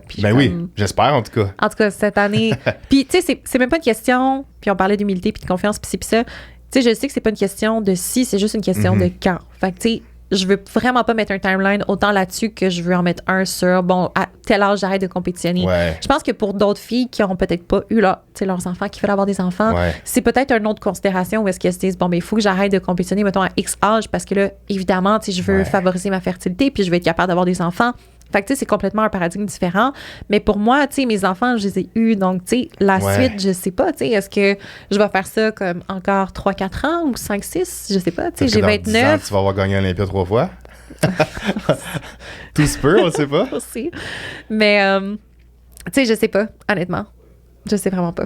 Mais de toute façon, je pense que si on est capable de retourner quelque chose de ton espèce de mini-histoire de vie, c'est qu'on voit que ces inconforts-là t'ont jamais stoppé. Fait que tout ce que je sais, c'est que peu importe comment tu vas te sentir quand ça va se terminer, Anne-Marie, elle va trouver quelque chose. Tu vas trouver une solution. Écoute, je vais m'occuper. Il va y avoir un autre style de contenu qui va fitter la tournure que ta vie va prendre rendu là, puis tu vas pouvoir continuer de battre des ailes, puis de performer, puis de t'accomplir dans tout ce que tu entreprends. Ça, j'ai aucun doute là-dessus. Yes. Fait que, tu sais, pour closer aujourd'hui, je te laisse t'adresser à la caméra. J'aimerais ça que tu donnes ce serait quoi ton meilleur conseil que tu pourrais donner? Celle-là. Ton meilleur conseil, si je te demande un conseil que tu peux donner à une femme dans ta situation, une jeune mère ou quelqu'un qui se questionne, qui est dans le monde du culturisme puis qui a peur d'avoir des enfants à cause des compétitions, ou quelqu'un qui vient d'avoir des enfants puis qui veut compétitionner, ou même, on va enlever le mot compétitionner, là, juste quelqu'un qui a des enfants puis qui veut quand même s'épanouir un peu dans le monde de l'entraînement, se sentir bien dans sa peau. C'est quoi le conseil que tu donnerais à une jeune mère? OK.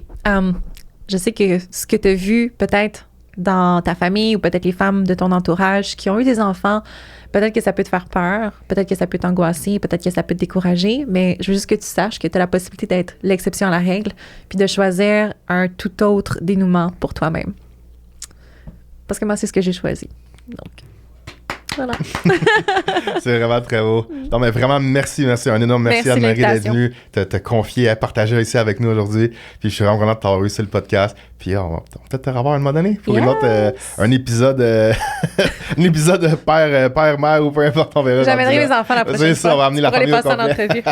Merci beaucoup. Merci. Avec tout le monde à la maison, merci d'avoir été là, merci d'avoir écouté le podcast, merci pour tous les feedbacks que je reçois sérieusement, que ce soit sur les réseaux sociaux, sur YouTube directement. Ça me touche vraiment droit au cœur. Toutes les interactions que j'ai avec vous, les spectateurs que j'ai croisés moi dans la vraie vie, je suis tout le temps un peu comme je sais pas comment réagir quand on me donne des compliments. Puis comme ça, wow, c'est pas que tu le reçois. Ouais, j'y travaille pour de vrai, j'y travaille. Je suis tout le temps, mais juste le dire que comme ça me touche vraiment énormément. Je suis vraiment content de pouvoir avoir un impact. Puis je vais continuer ce que je fais. Je vais continuer à vous présenter des personnes incroyables comme Anne-Marie, puis à démystifier un petit peu le monde du bodybuilding ainsi que les athlètes derrière, les culturistes. Donc on se dit à dans 2 semaines, guys. Salut.